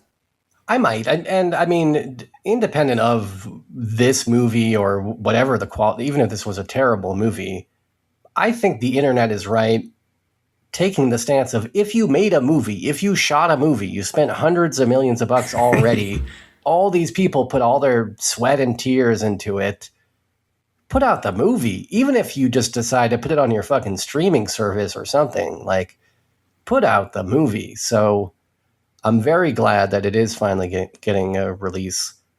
I saw the trailer. I thought it looked pretty decent, kind of in line with what I was hoping. I think it probably will have some of the charm of the classic Looney Tunes kind of humor that I like, you know? Mm-hmm. But it was also very John Cena heavy, and that bummed me out. Well, John Cena's a national treasure. Yeah, I guess people like him, but I have never enjoyed the guy, and I feel like he's so overexposed currently that I just don't want to see any of him. That is, yeah, he does a lot of stuff. But I mean, like, just this premise, it's like Wile E. Coyote hires a lawyer to sue Acme because their products don't work. Like, that's fucking hilarious. Like, that's it's a funny. good idea. It's also the kind of idea I could see Chuck Jones having done in, you know, the mid 60s or something. Like, that is kind of a Looney Tunes type setup. Like, the cartoons were pretty clever in a lot of ways. So yeah, it looks fun, and I like Will Forte a lot, so I'll definitely get around to this eventually. Whether or not I go out to theaters, it's always kind of a crapshoot these days, but I'm glad that this is going to be available. Yeah. I didn't see that last Looney Tunes movie because it didn't, to me, from a distance, it looked like it was kind of a bastardization of the humor. You know, it was kind of like that modern approach to Looney Tunes where it's like more, I don't know, kid friendly.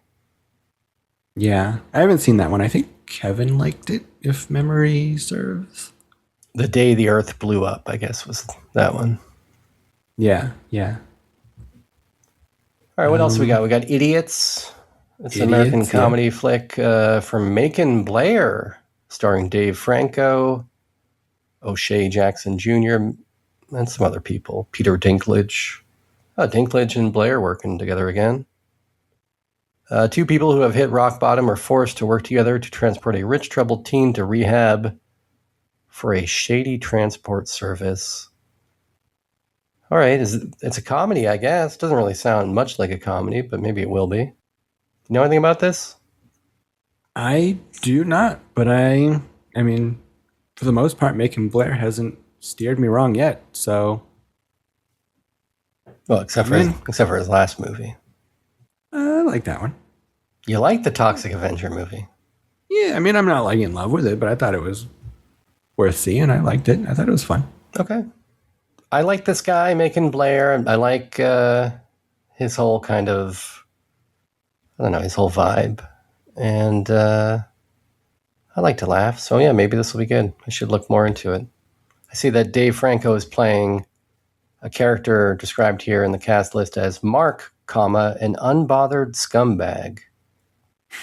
All right. Yeah, I like that. What else we got? We got The Sun Never Sets. This is a movie by my enemy, Joe Swanberg. In this movie, Wendy's life becomes chaos when she insists on taking space away from her boyfriend, Jack.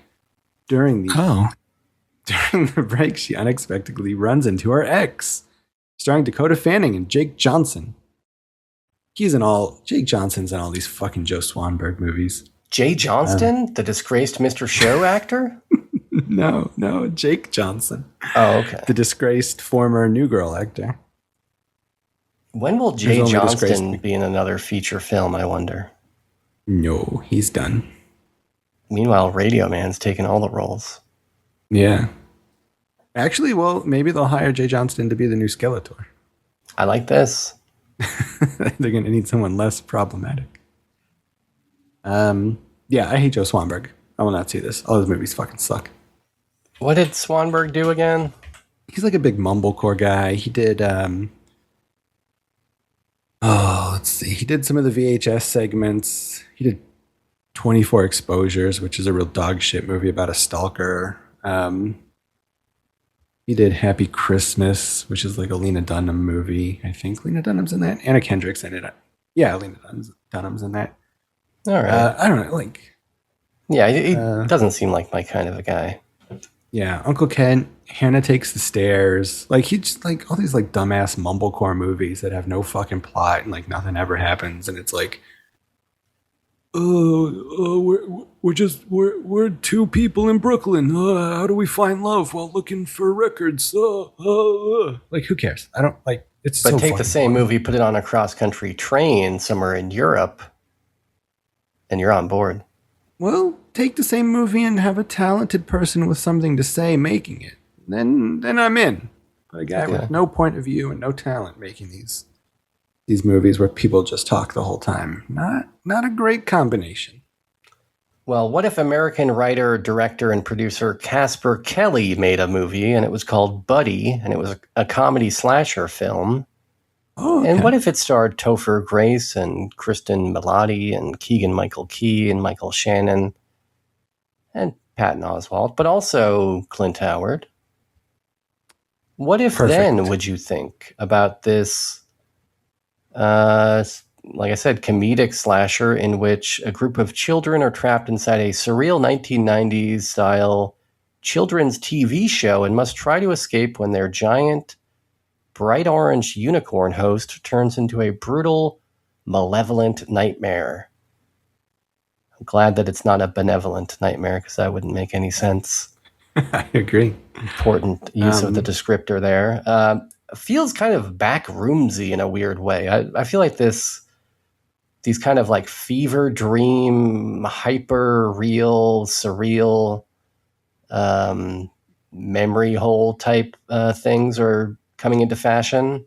And I like that. I mean, I think that's a fun type of subgenre, these like kind of liminal spacey type things. Yeah, this definitely feels like the kind of thing that's like influenced by a creepypasta. Like, a lot of those are sort of like, you know, like Lost media nostalgia based type things. And this is a good cast. I like Michael Shannon. I love Kristen Milotti. Keegan-Michael Key, he's nice. I use a lot of his GIFs in our Discord to respond to people and react to things. So yeah, this sounds fun. I'm into this. Have you seen the trailer for this? I have not, no. Check out this trailer. I'm going to just drop it in the chat right here. Give me that. Because I think if you see this trailer and you see the Oogie Love style show that these poor kids are trapped in, you might enjoy it even more. I don't know. I think there's something here. I think this might be... Oh, creator of Too Many Cooks? I didn't know that. Oh, okay. I love Too Many Cooks. So yeah, I guess it does kind of have that Adult Swim infomercial type vibe. Yeah. But outside of like the fake video effects, which I'm never that pleased to see in a movie, I think it looks like pretty cool. Yeah. Especially at the end of the trailer. That's when it's really scary. But anyways, yeah, that's Buddy. Yeah, this... I'm all in on this. I think this is going to be great. Yeah. This is going to be, I'm calling it now, Parker's 2026 movie of the year. Oh. Okay, all right. Call it now. Not the Avengers, not the Spider-Man. Well, I called it last month for the new Greg Araki movie, I Want Your Sex, but I'm calling it again for this one. Okay. I got one more movie left. It's Legend of the White Dragon. It's an upcoming independent superhero film directed by Sean and Aaron Schoenke, I guess we'll say. The movie reunites Power Rangers actors, blah, blah, blah, and blah, blah, blah. And it was crowdfunded through Kickstarter. After one unsuccessful campaign, they started a second one, and that one was successful. And so now the movie's been made. They shot this in 2021.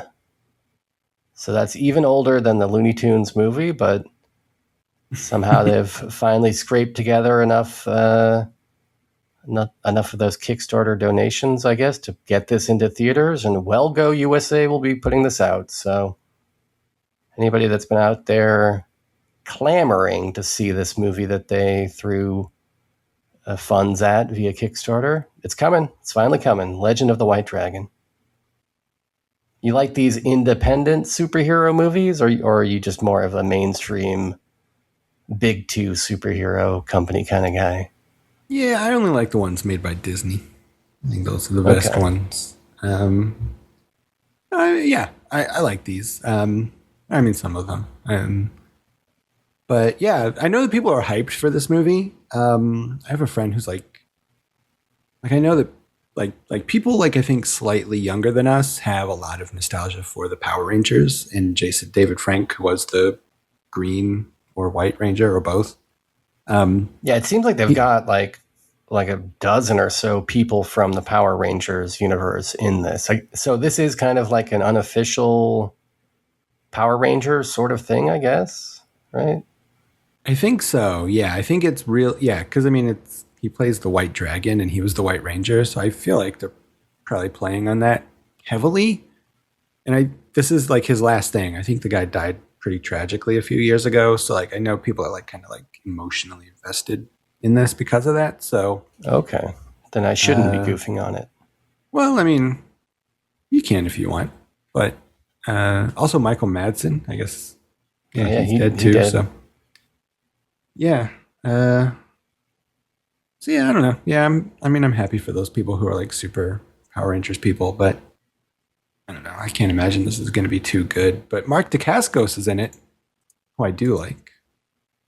He was in the Double Dragon movie that we talked about on the show a while back. Oh yeah, he was doing a lot of stuff in the 90s. He was like a big action guy, like a B-level action guy in the 90s. All right, well, go out to cinemas on August 28th and support these dudes. Maybe I will. Maybe I will. But in the meantime, that's all the movies coming out. So in the meantime, you know who I would love to support? Who? The people who send us voicemails. They're the best, and we have to support them. I agree. And we have one such voicemail here. All right. Here it is. Yo, dudes. I was just listening to a Deer Hunter episode. Great episode. But no one left you a freaking fucking voicemail. So I'm like, oh, these are my dudes. I gotta call them and leave them a voicemail. And, what was I gonna say? So, I don't know. It was like weird calling a podcast in 2026. Like, what is a podcast in 2026, right? It's like freaking, we call them podcasts because they were on iPods. You know what I mean? And now they're not. So, but I want to talk about movies because it's a movie podcast. And I was going to talk about Netflix. And I know Netflix is bad. Sean is like, don't do Netflix. And I'm like, I agree with him because I think, I don't know, are they Zionists? I don't want to support any Zionists. Like, freaking, I don't even go to the Vista or the New Beverly anymore because how am I supposed to lose myself and forget my troubles of the world and lose myself in cinema with the guy that owns the seat I'm sitting in is currently living in the place and funding the place that commits genocide. So anyway, I don't want to go there, but I was going to talk about Netflix. So to stay involved in the cultural conversation, every time I log into Netflix, I watch the number where it says this is the number one movie today, and I always watch it, see what everyone's watching. And right now, it's a Carker, you like this one. It's about a cop that wanted to be cucked, and he's a Disney adult, so he like makes this elaborate cucking situation on Craigslist, and he's like, come cuck me. You can't get an erection. All right, I love you guys. Keep up the good work. Ta-ta. Ta-ta. Thank you. That's our guy, Chalky.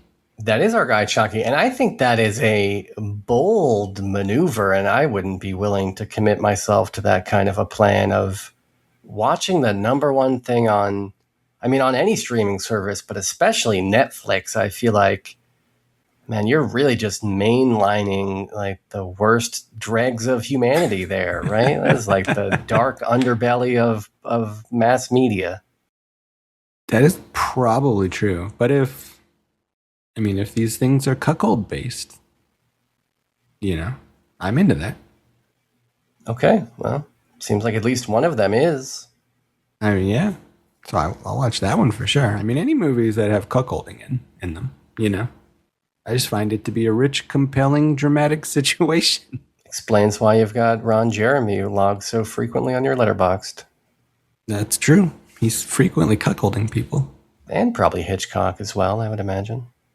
Oh, yeah. There's an element of cuckoldry in many of his films, I would argue. That's true. That is true. That is definitely true. But yeah, good to hear from Chalky. Good that he's out there, standing by his morals. And I support him. I'm taking the same stance when it comes to not going to cinemas owned by genocidal maniacs. Same.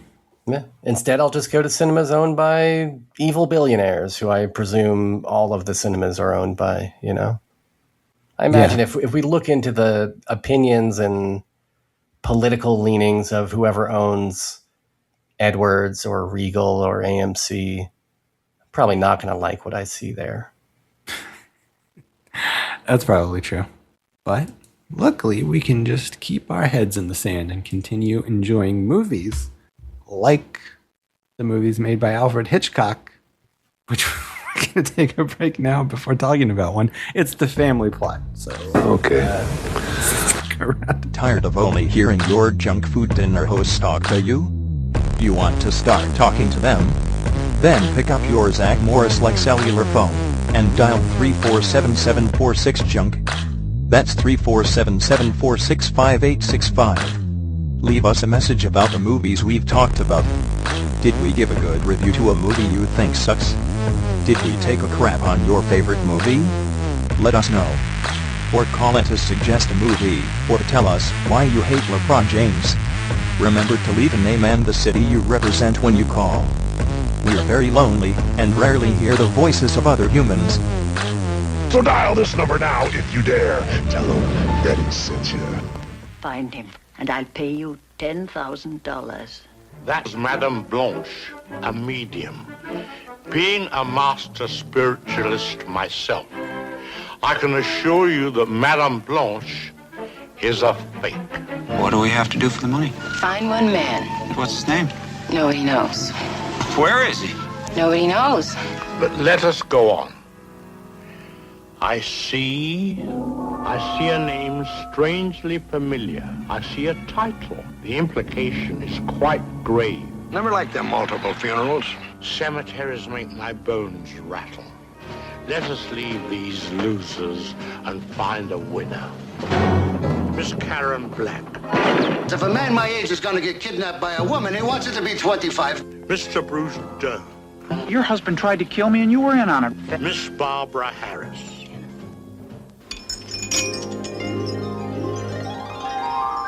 How can you do this to me? And Mr. William Devane, whose charm hides more than it reveals. We'll have to eliminate these two ourselves. Why can't? You must. He's after us.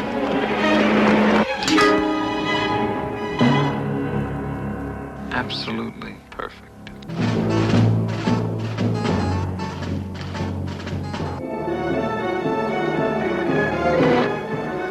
Blanche?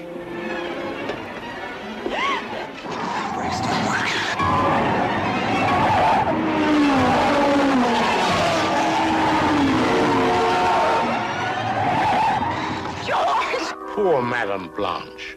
I've grown very fond of that girl. Are you all right, Madame Blanche? George! Welcome back to the Junk Fod Supper. The movie we're talking about tonight is Family Plot, directed by Alfred Hitchcock. This is the master of suspense's final film. He died about 4 years after making this, and at the time he was like in his mid-70s, I think. 77, I believe. Easy way to tell is dude was born in 1899, so it's easy math. You just add one to whatever year the movie came out. That is craziness. Very old guy. And I mean, we'll talk about just how old he was while making this as we go on, I'm sure, because his health was sort of failing him while making the film. But in this film, which film is this? The Family Plot. It's kind of a pun. It's a humorous title, right? I just wanted to underline how funny the title is, because it's got like a triple meaning. It's not even a double meaning. Is it a triple meaning? Well, it's like, storyline plot, but also kind of like a scheming sort of a plot. Oh, okay, yeah. But then like a burial plot, Yeah. I got the storyline and the burial. But yeah, you're right. You're right about the scheming plot. It's sort of distinct, I think, then from, the story of the movie itself is kind of the scheme that these guys have. That is true. Hitchcock kind of didn't like this title, oddly enough, even though it is silly in the way that he's silly. Like, oh, I didn't know that. Yeah, I think it's based on a book that is not called anything close to the name. Let me look up the name of the book. It's just called like the character's name Incident or something, right? The Rainbird Pattern. There you go. Okay. Yeah, which is would be a terrible name for a movie. But I think the working title was Deceit, because Alfred Hitchcock really likes titles that are just one word, but he also didn't really like that title, which makes sense because that doesn't really fit this movie very well. And then they just like the studio really liked this title, The Family Plot, and then Hitchcock couldn't think of anything better, so he just said okay. I think it works. I mean, given the fact that this is a comedic movie, and we'll talk about that. Why not have a funny title? It is a very silly movie. I think that the title works well for it. But yeah, in this movie, we got Barbara Harris, who is in a bunch of movies. She's in Nashville, I guess. That's probably her most well-known movie.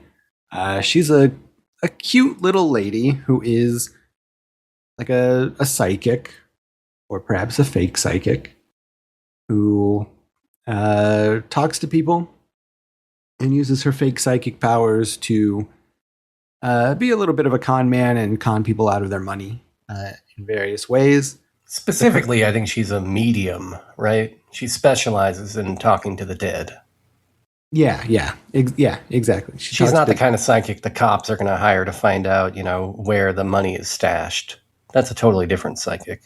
Yeah, she's the kind of psychic that pretends to talk to your dead relatives by saying, "I'm sensing grief," like one of those types. I've got a strong feeling of the month of August. Yeah, she's that kind. Yeah.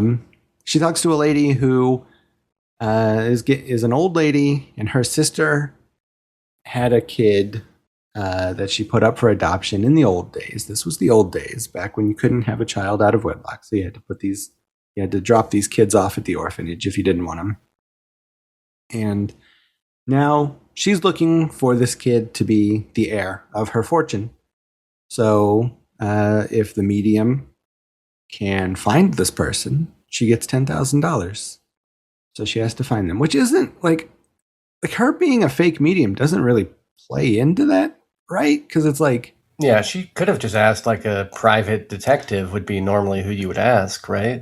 Yeah, it's kind of weird. Like the fact that she's like a fake, like a con man doesn't even, like she gets like a legitimate job for legitimate reasons. So like, it's kind of, I mean, I guess the lady feels that like, if you're talking to like, that a psychic would be able to do this better than like a normal person, I guess. I don't know. But it's a little, I don't know, kind of didn't make sense to me. But it does add kind of a fun little layer of, window dressing that you can do on the story where you get to have these scenes with the crystal balls and stuff like this. But at the same time, it does feel like, yeah, you could make the same exact movie where the main character is just a private dick.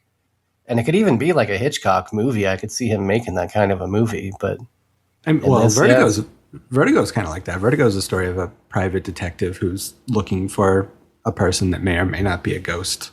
Yeah, there you go.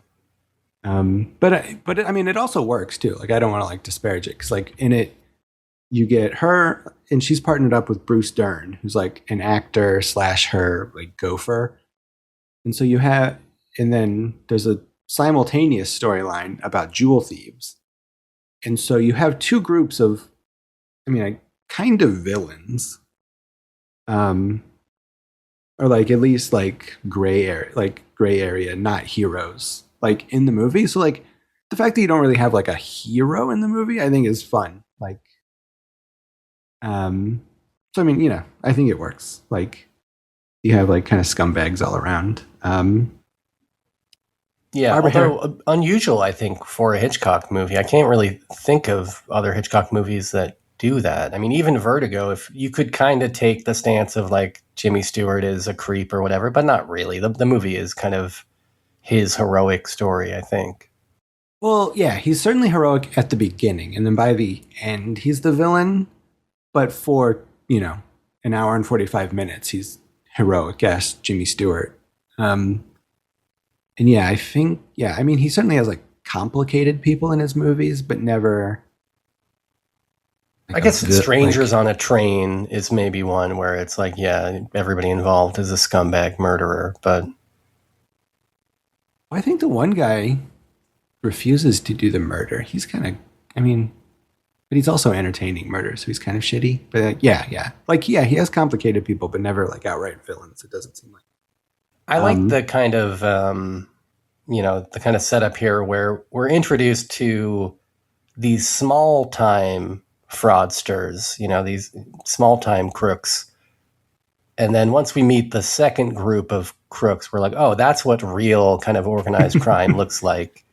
And that kind of, that there's two levels of like, well, these are bad guys, but these are worse guys. Yeah. We get, the stuff with Barbara Harris and Bruce Dern, and they're kind of bickering, and they're silly, and they're making a lot of sexual double entendres and stuff at each other. Like he tells her that she's going to give her a standing ovation later, but he's actually talking about an orgasm. Yeah, although it's questionable because it seems like the man might have a limp dick, right? That is possible. He's always avoiding sex with this woman, which is very strange that she's the horny one in this relationship. Yeah. Well, he is an actor in the movie, and I feel like being an actor in a movie in these days kind of meant that you were a confirmed bachelor, Oh, I see what you're saying. Okay, yeah, maybe. So that might be the case here. He's got a lot of gentleman callers. Mm-hmm. It could be. We get to the worst people, who are Karen Black and William Devane. Karen Black, we all know, is, of course, being also in Nashville. How weird is that? But also like Invaders from Mars, Trilogy of Terror, House of a Thousand Corpses, of course, is probably where most people know her. Children of the Corn 4, of course. Stuff like that. And then William Devane, he's in like everything. He's in Hollow Man. That's a cool movie. But so these are the worst people.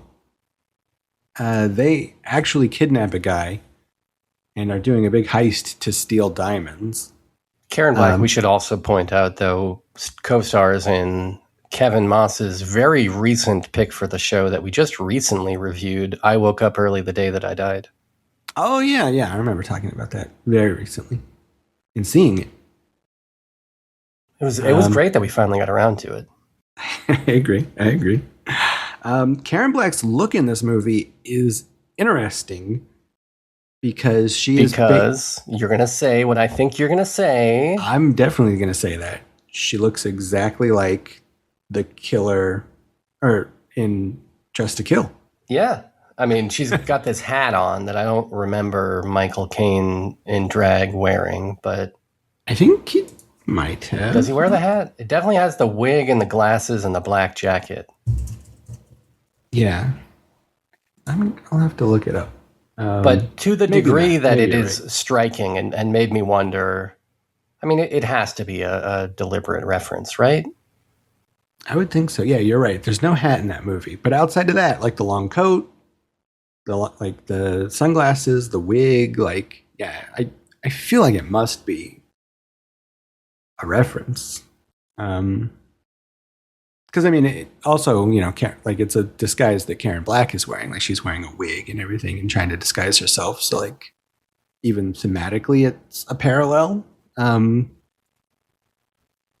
yeah, I don't know. I found that interesting. But this is like also a time where like all these guys must have been influenced by each other. Like, I mean, obviously, like De Palma's influenced by Hitchcock. All the Giallo guys around this time were popping off, and they were influenced by Hitchcock. And then they were also influencing De Palma, and De Palma must have been influencing them because Murder a la Mode is basically a Giallo, and that came out 10 years before this, even. So, like, yeah, fair point. I think this costume might also be in like Bird with the Crystal Plumage. Now that I think about it, that is kind of a Giallo look. But maybe it starts here in Family Plot. Very well could be. But yeah, it just feels like all these guys were like kind of taking from each other and then building on each other, and around this time, like, so it's interesting to see this stuff. So they're doing jewel heists. It turns out that William Devane is connected, or possibly the heir that they're looking for. And then so you have like these two parallel stories where like the one group is looking for the heir, and then the other group is doing the diamond heist and trying to get away from the diamond heist, get away with the diamond heist, and trying to evade the police. And they kind of intersect. It's a little silly, and it's a little twisty and turny. There's a big set piece in this. This is probably what the movie is most well known for, I would think, is there's a big set piece where, like, a big goofy car chase on some mountains outside of LA, where Bruce Dern and Barbara Harris, like, their brakes are cut and they're falling down this mountain, and like, they're going crazy inside this car, which is shot on, like, the inside of the car is like green against a green screen, but there's also like second unit stuff of a car actually going down a mountain that's like intercut together, which Hitchcock could not, like, he got his second unit to film all that stuff because he just like didn't have it in him to be on location. He was very sick. Well, not very sick, but like just old and like just couldn't physically do it. But even if he was 20 years younger, I don't think Hitchcock would have shot that any other way. I don't think he had ever shot any car from the exterior in his entire career. It's always these locked off shots of people in the front seat with a very obvious rear projection behind them. I mean, I think you're probably right. Like, he does love that. And like, there's a scene, like, there's a part of the, like, there's a featurette on this Blu-ray that I watched that's like got a lot of stuff in it. And like, you know, he talked about how, like, Hitchcock talks about how, or Bruce Dern, I guess, tells the story that Hitchcock told him, but like, he likes shooting those scenes that way because he likes showing people in the car, and then he likes shooting whatever's happening, like, through the windshield, like looking out as if the viewer is in the car. And like, that's like how he likes to build suspense. So there is a sort of method to it rather than just him being lazy normally, that I think works. But like, also, yeah, like, he loves his fucking green screen car sequences, but also, I mean, I feel like he might have done it in real life, possibly, because as we talked about Frenzy, which was a couple years before this, and he had that big sequence in that movie where the guy's hiding out in the truck, like in the back of that like cargo truck to like get away from a crime scene. So like, I feel like at the end of his career, he wasn't afraid to get away from green screen necessarily, but like for like a big set piece. So, I mean, it's possible that he might have, but I mean, he's a lazy guy. So in any case, I do feel like this car chase in this movie is probably a mistake, that he shouldn't have tried to put a car chase in this movie when he was not really capable of delivering one that is even remotely exciting, I think. I mean, I think it's supposed to be more silly than exciting, but maybe that's just like a latent function. Like, maybe it was in the planning supposed to be exciting, but yeah, it is kind of maybe. But I think there's better ways to deliver silliness than a car chase that's, you know, almost at the end of the movie. I feel like there's only like 20 minutes left in the runtime or something when we get that. That should be, you know, if you're going to have a chase, it should be exciting. Yeah. And, you know, we're in 1976. We're in the heyday of like the most exciting car chases of all time are in every other movie. So it's kind of a bummer. Yeah, that is true. Like, that's kind of what I was expecting from this movie is like, I mean, as we talked about with Frenzy from 72, like, it seemed like he was really leaning. Like, that movie's like grimy. Like, that is a violent movie. That is a perverted movie. That is a movie with like a lot of like on location shooting. Like, I was kind of expecting that from Family Plot, but it's very like, yeah, it's silly. It's not violent. It's not particularly sexual, although there's like some double entendre stuff. Like, it's kind of surprising. Like, I kind of figured with Hitchcock being Hitchcock, like, I kind of figured he'd be like pushing it at the end of his career. And like, you know, I mean, at this time, I mean, like, there was so much like violent stuff coming out, like all the giallos that were influenced by him.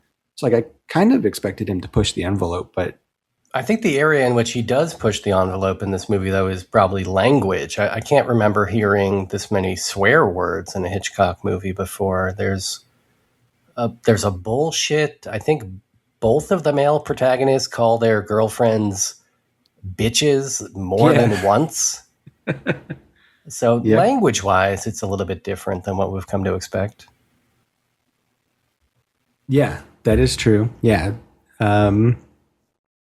Yeah, some of that, that stuff's like pretty stark when People are going around calling their girlfriends bitches, like slapping them around and stuff. But,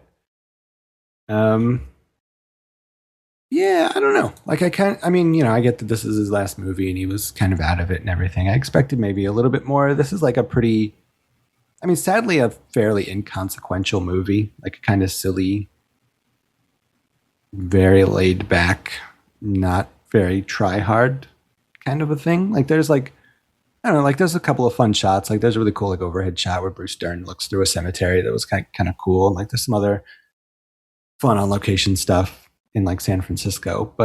And like the performances are good and everything. Most of this movie is just like two people in a car talking, like just going back and forth between the different duos, like, and them just talking in cars, talking in rooms. Like there's not a lot to it. It's kind of, I don't know, almost a play, but I don't know. I mean, it's still like pleasant enough. It's like a pleasant fellow movie, kind of. So I didn't hate this, but this is definitely lesser Hitchcock for sure, I thought. What do you think about the family plot? I think that is, of course, true, that this is lesser Hitchcock. And it, is not some incredible summation of the guy's career or anything like that. In terms of a last movie, it's not like this is some wizened master reflecting on his works and producing, the final volley of intellect that we all wanted to receive.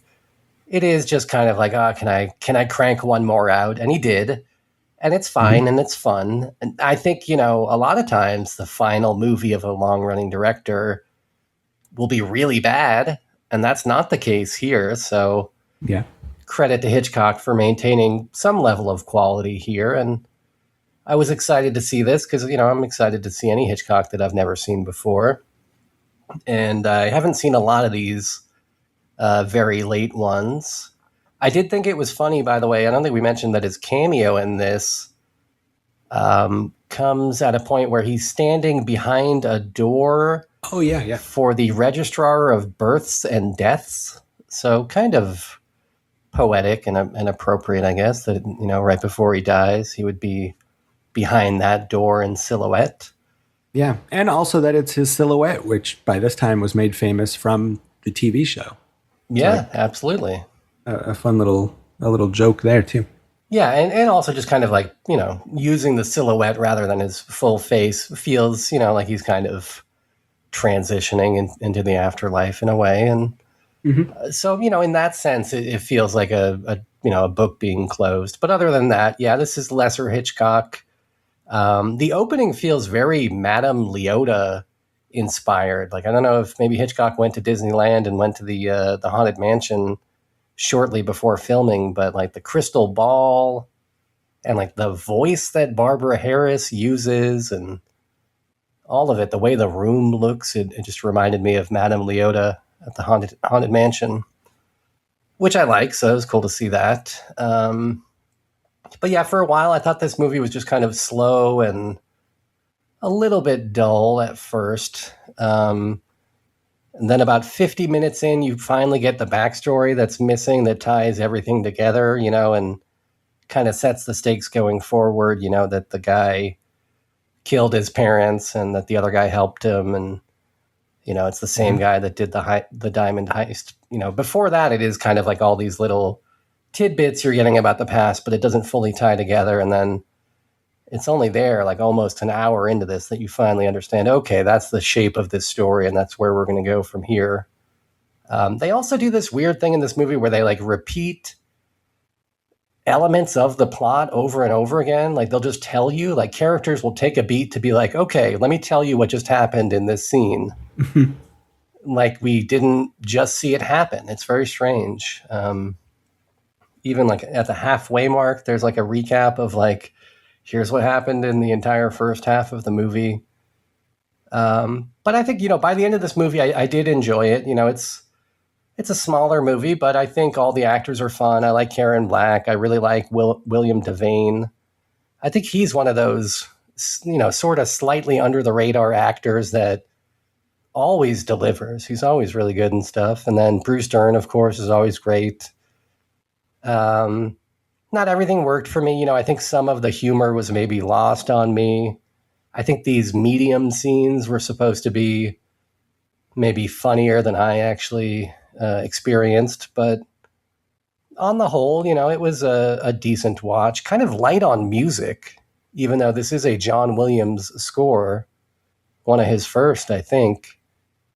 I was hoping for some more music, but it's kind of light on that. And kind of like the music's very jaunty. Like, it's like very not what you would expect from John Williams. I like it.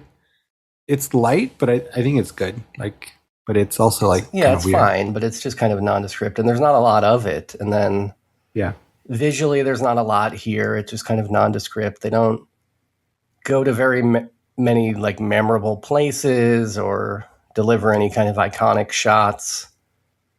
And some of it feels kind of rushed, like in terms of the detective work in this movie. There's a scene where like Barbara Harris is trying to get somebody's address, and she's asking somebody at like a store that this guy worked at or something like this. And the guy's hesitant to give this address out to a stranger. And she just says, "Oh, don't worry, I'm his friend." And he's like, "Oh, okay, then I'll give you the address." And it just felt like very lazy writing in that moment of like, you couldn't come up with anything better than, "Oh, I'm his friend," to a complete stranger who's then just like, "Okay, yeah, then I'll give you this guy's address." I mean, it was a different time. I guess so. People left their doors unlocked, Mm-hmm. But yeah, no, this was all right. It was weird to see, Barbara Harris that horny in this movie for Bruce Dern, of all guys. As much as I like Bruce Dern, I don't know that I'd be getting as wet in the pants as she does for him, but it takes all types, I guess. Yeah. I mean, she must have known that he was the father of Laura Dern. And like, maybe that's what was kind of like. You think so? Yeah. Knowing that like Laura Dern in the future would be in like David Lynch movies, that probably like kind of made her a little bit horny. Checks out, if you ask me. Now it all makes sense. I don't know how I didn't see that to begin with. I mean, that's the kind of filmmaker Hitchcock is. He's looking to the future. Yeah, well, and that's why he's one of the greats. So yeah, not bad for a 77-year-old guy. Yeah, for sure. Like, I mean, yeah, probably one of the better movies made by a 77-year-old. Yeah, and maybe one of the first cinematic appearances of a garage door opener. That very well could be. That factors into a scene. I remember seeing that on screen. I'm like, oh, that's pretty early, 76. I don't remember seeing that in a movie before this. Yeah, true. So yeah, it's Know the Birds, but it has, it's got the garage door opener. Yeah.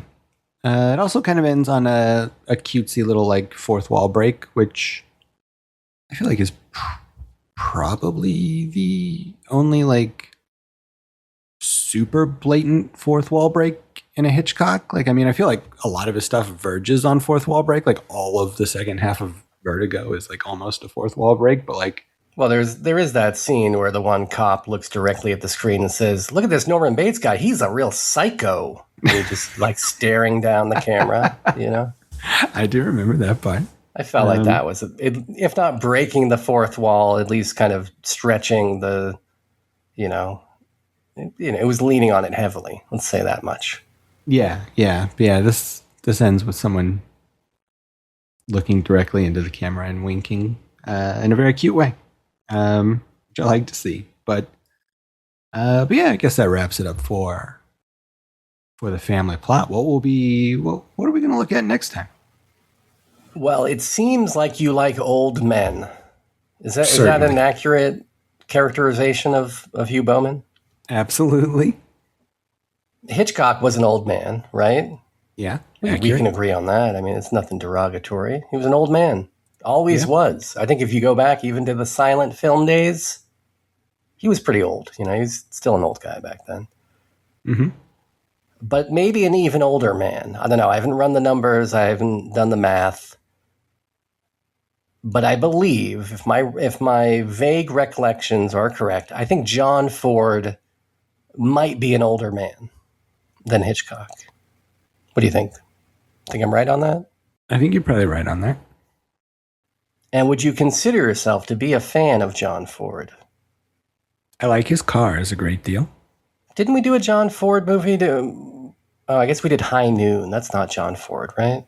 I think it might be. Is that? Let me look around here. Nope. I've not seen any John Ford movies according to Letterboxd. Who did High Noon? And why do I get something else? When I search for High Noon, I get a hard seltzer? Oh, that was Fred Zinnemann, of course. Of course, Cinnamon. Fred Cinnamon. I love his buns. Yep. Anyways, we're doing 1932's Flesh by John Ford. Oh. It's called Flesh. So, starring Chevy Chase. Yeah. What would you think this movie would be about? Flesh. Cannibals. That'd be nice. That'd be cool. You might think it would be about cannibals. You might think it would be about striptease artists, of the burlesque variety or something. Yeah.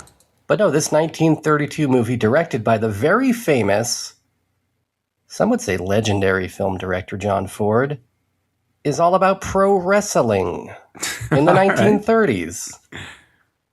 So who knew that John Ford made a movie about pro wrestling in 1932? All right. Sounds good to me. We'll know about it now. It's looks like it's his 66th most popular movie on Letterboxd. Yeah, I was going through his filmography trying to find it, and I could not, so I must be down there pretty far. Scroll all the way down to the bottom, and then scroll up above the silent pictures that he directed, because this is more popular than most of his silents. But it seems like the only movies less popular than this of his filmography are silent movies. So maybe one of the unsung classics of the John Ford canon, or maybe it's going to be horse shit and just happened to be directed by a famous guy. But it is about pro wrestling. I know that much. I skimmed through the file, and I confirmed there's plenty of pro wrestling scenes, and that was enough to get me interested. Okay. He's also got this other movie about pro wrestling, 1937's The Hurricane, which is about Shane Helms. No, it's not. No, because he's stand back. There's a hurricane coming through. You remember when he said that? If it was going to be about anything, it'd be about the boxer. No, from the Bob Dylan song, Reuben Carter? No, I don't know about that. There's also this other wrestling movie he did called Three Bad Men. That's about like the Shield, Like remember the Shield? You never saw 1999's The Hurricane starring Denzel Washington? It's not about wrestling, though. No, it's about Hurricane Carter, the boxer. No, you're thinking about Hurricane Helms.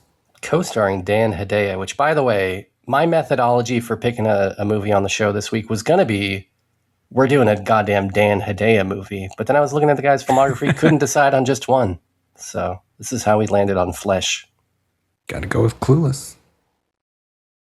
Well, next time. I was also boxed in by my shitty 20-year rule, where it's like, fuck. It's got to be something after 98 or before 58. Oh, yeah, that's tricky. So there's not a whole lot of Dan Hedayas for me in that window. But anyways, yeah, 1932's Flesh. It's on YouTube. It's easy to find. Came out on DVD, I think, from Warner Archive a decade ago or something. Okay. I'm into it. I like wrestling. I bet there's probably not going to be any flippy shit in it. Probably minimal flippy shit. Nobody's going to get thrown off a cage onto flaming spikes in any crowds. Yeah, no one's going to win a match via power drill, I imagine. No. Man, they really teased that power drill a lot leading up to this last AEW pay-per-view, and then they didn't even use it in the match. Well, it got used in the match. Barely. Oh, wait, yeah, actually it did, huh? Yeah, they did kind of use it, yeah, for the finish. The finish, yeah. I think I forgot because it was kind of underwhelming, to be honest. Yeah, it didn't look great. I saw clips of it. I didn't watch the whole pay-per-view. You really don't need a power drill in a wrestling match. That was their mistake, is even thinking that this was warranted or wanted by anybody. Yeah, I like that the crowd was chanting like "This is murder" because it's like this. Yeah, it's a little bit overkill. Get the police involved, Chris Jericho. This is murder. but again, they are Canadians up there, and maybe a little bit thinner skinned. Had they run the show in Philadelphia, people would have been chanting, "This is not murderous enough." Yeah, that's true. All right. Well, that's what we're doing next week, and that's the family plot. If you guys have opinions on what is murder, let us know by calling the junk mail line at 347-746-JUNK. That's 347-746-5865. Let us know what movies you're going to be seeing in August. Let us know what your favorite movie made by a 78-year-old man is. Let us know who your favorite flippy wrestlers are. Go to the Discord. After that, go to the Patreon, patreon.com/junkfooddinner. Go to the Facebook page where you'll find a call now button where you can also leave us a voicemail. Do all that kind of stuff. That's fun. Also, just tell your friends about the show. That's cool too. But we'll be back next week. So until then, this is Parker for Sean saying thanks for having fun.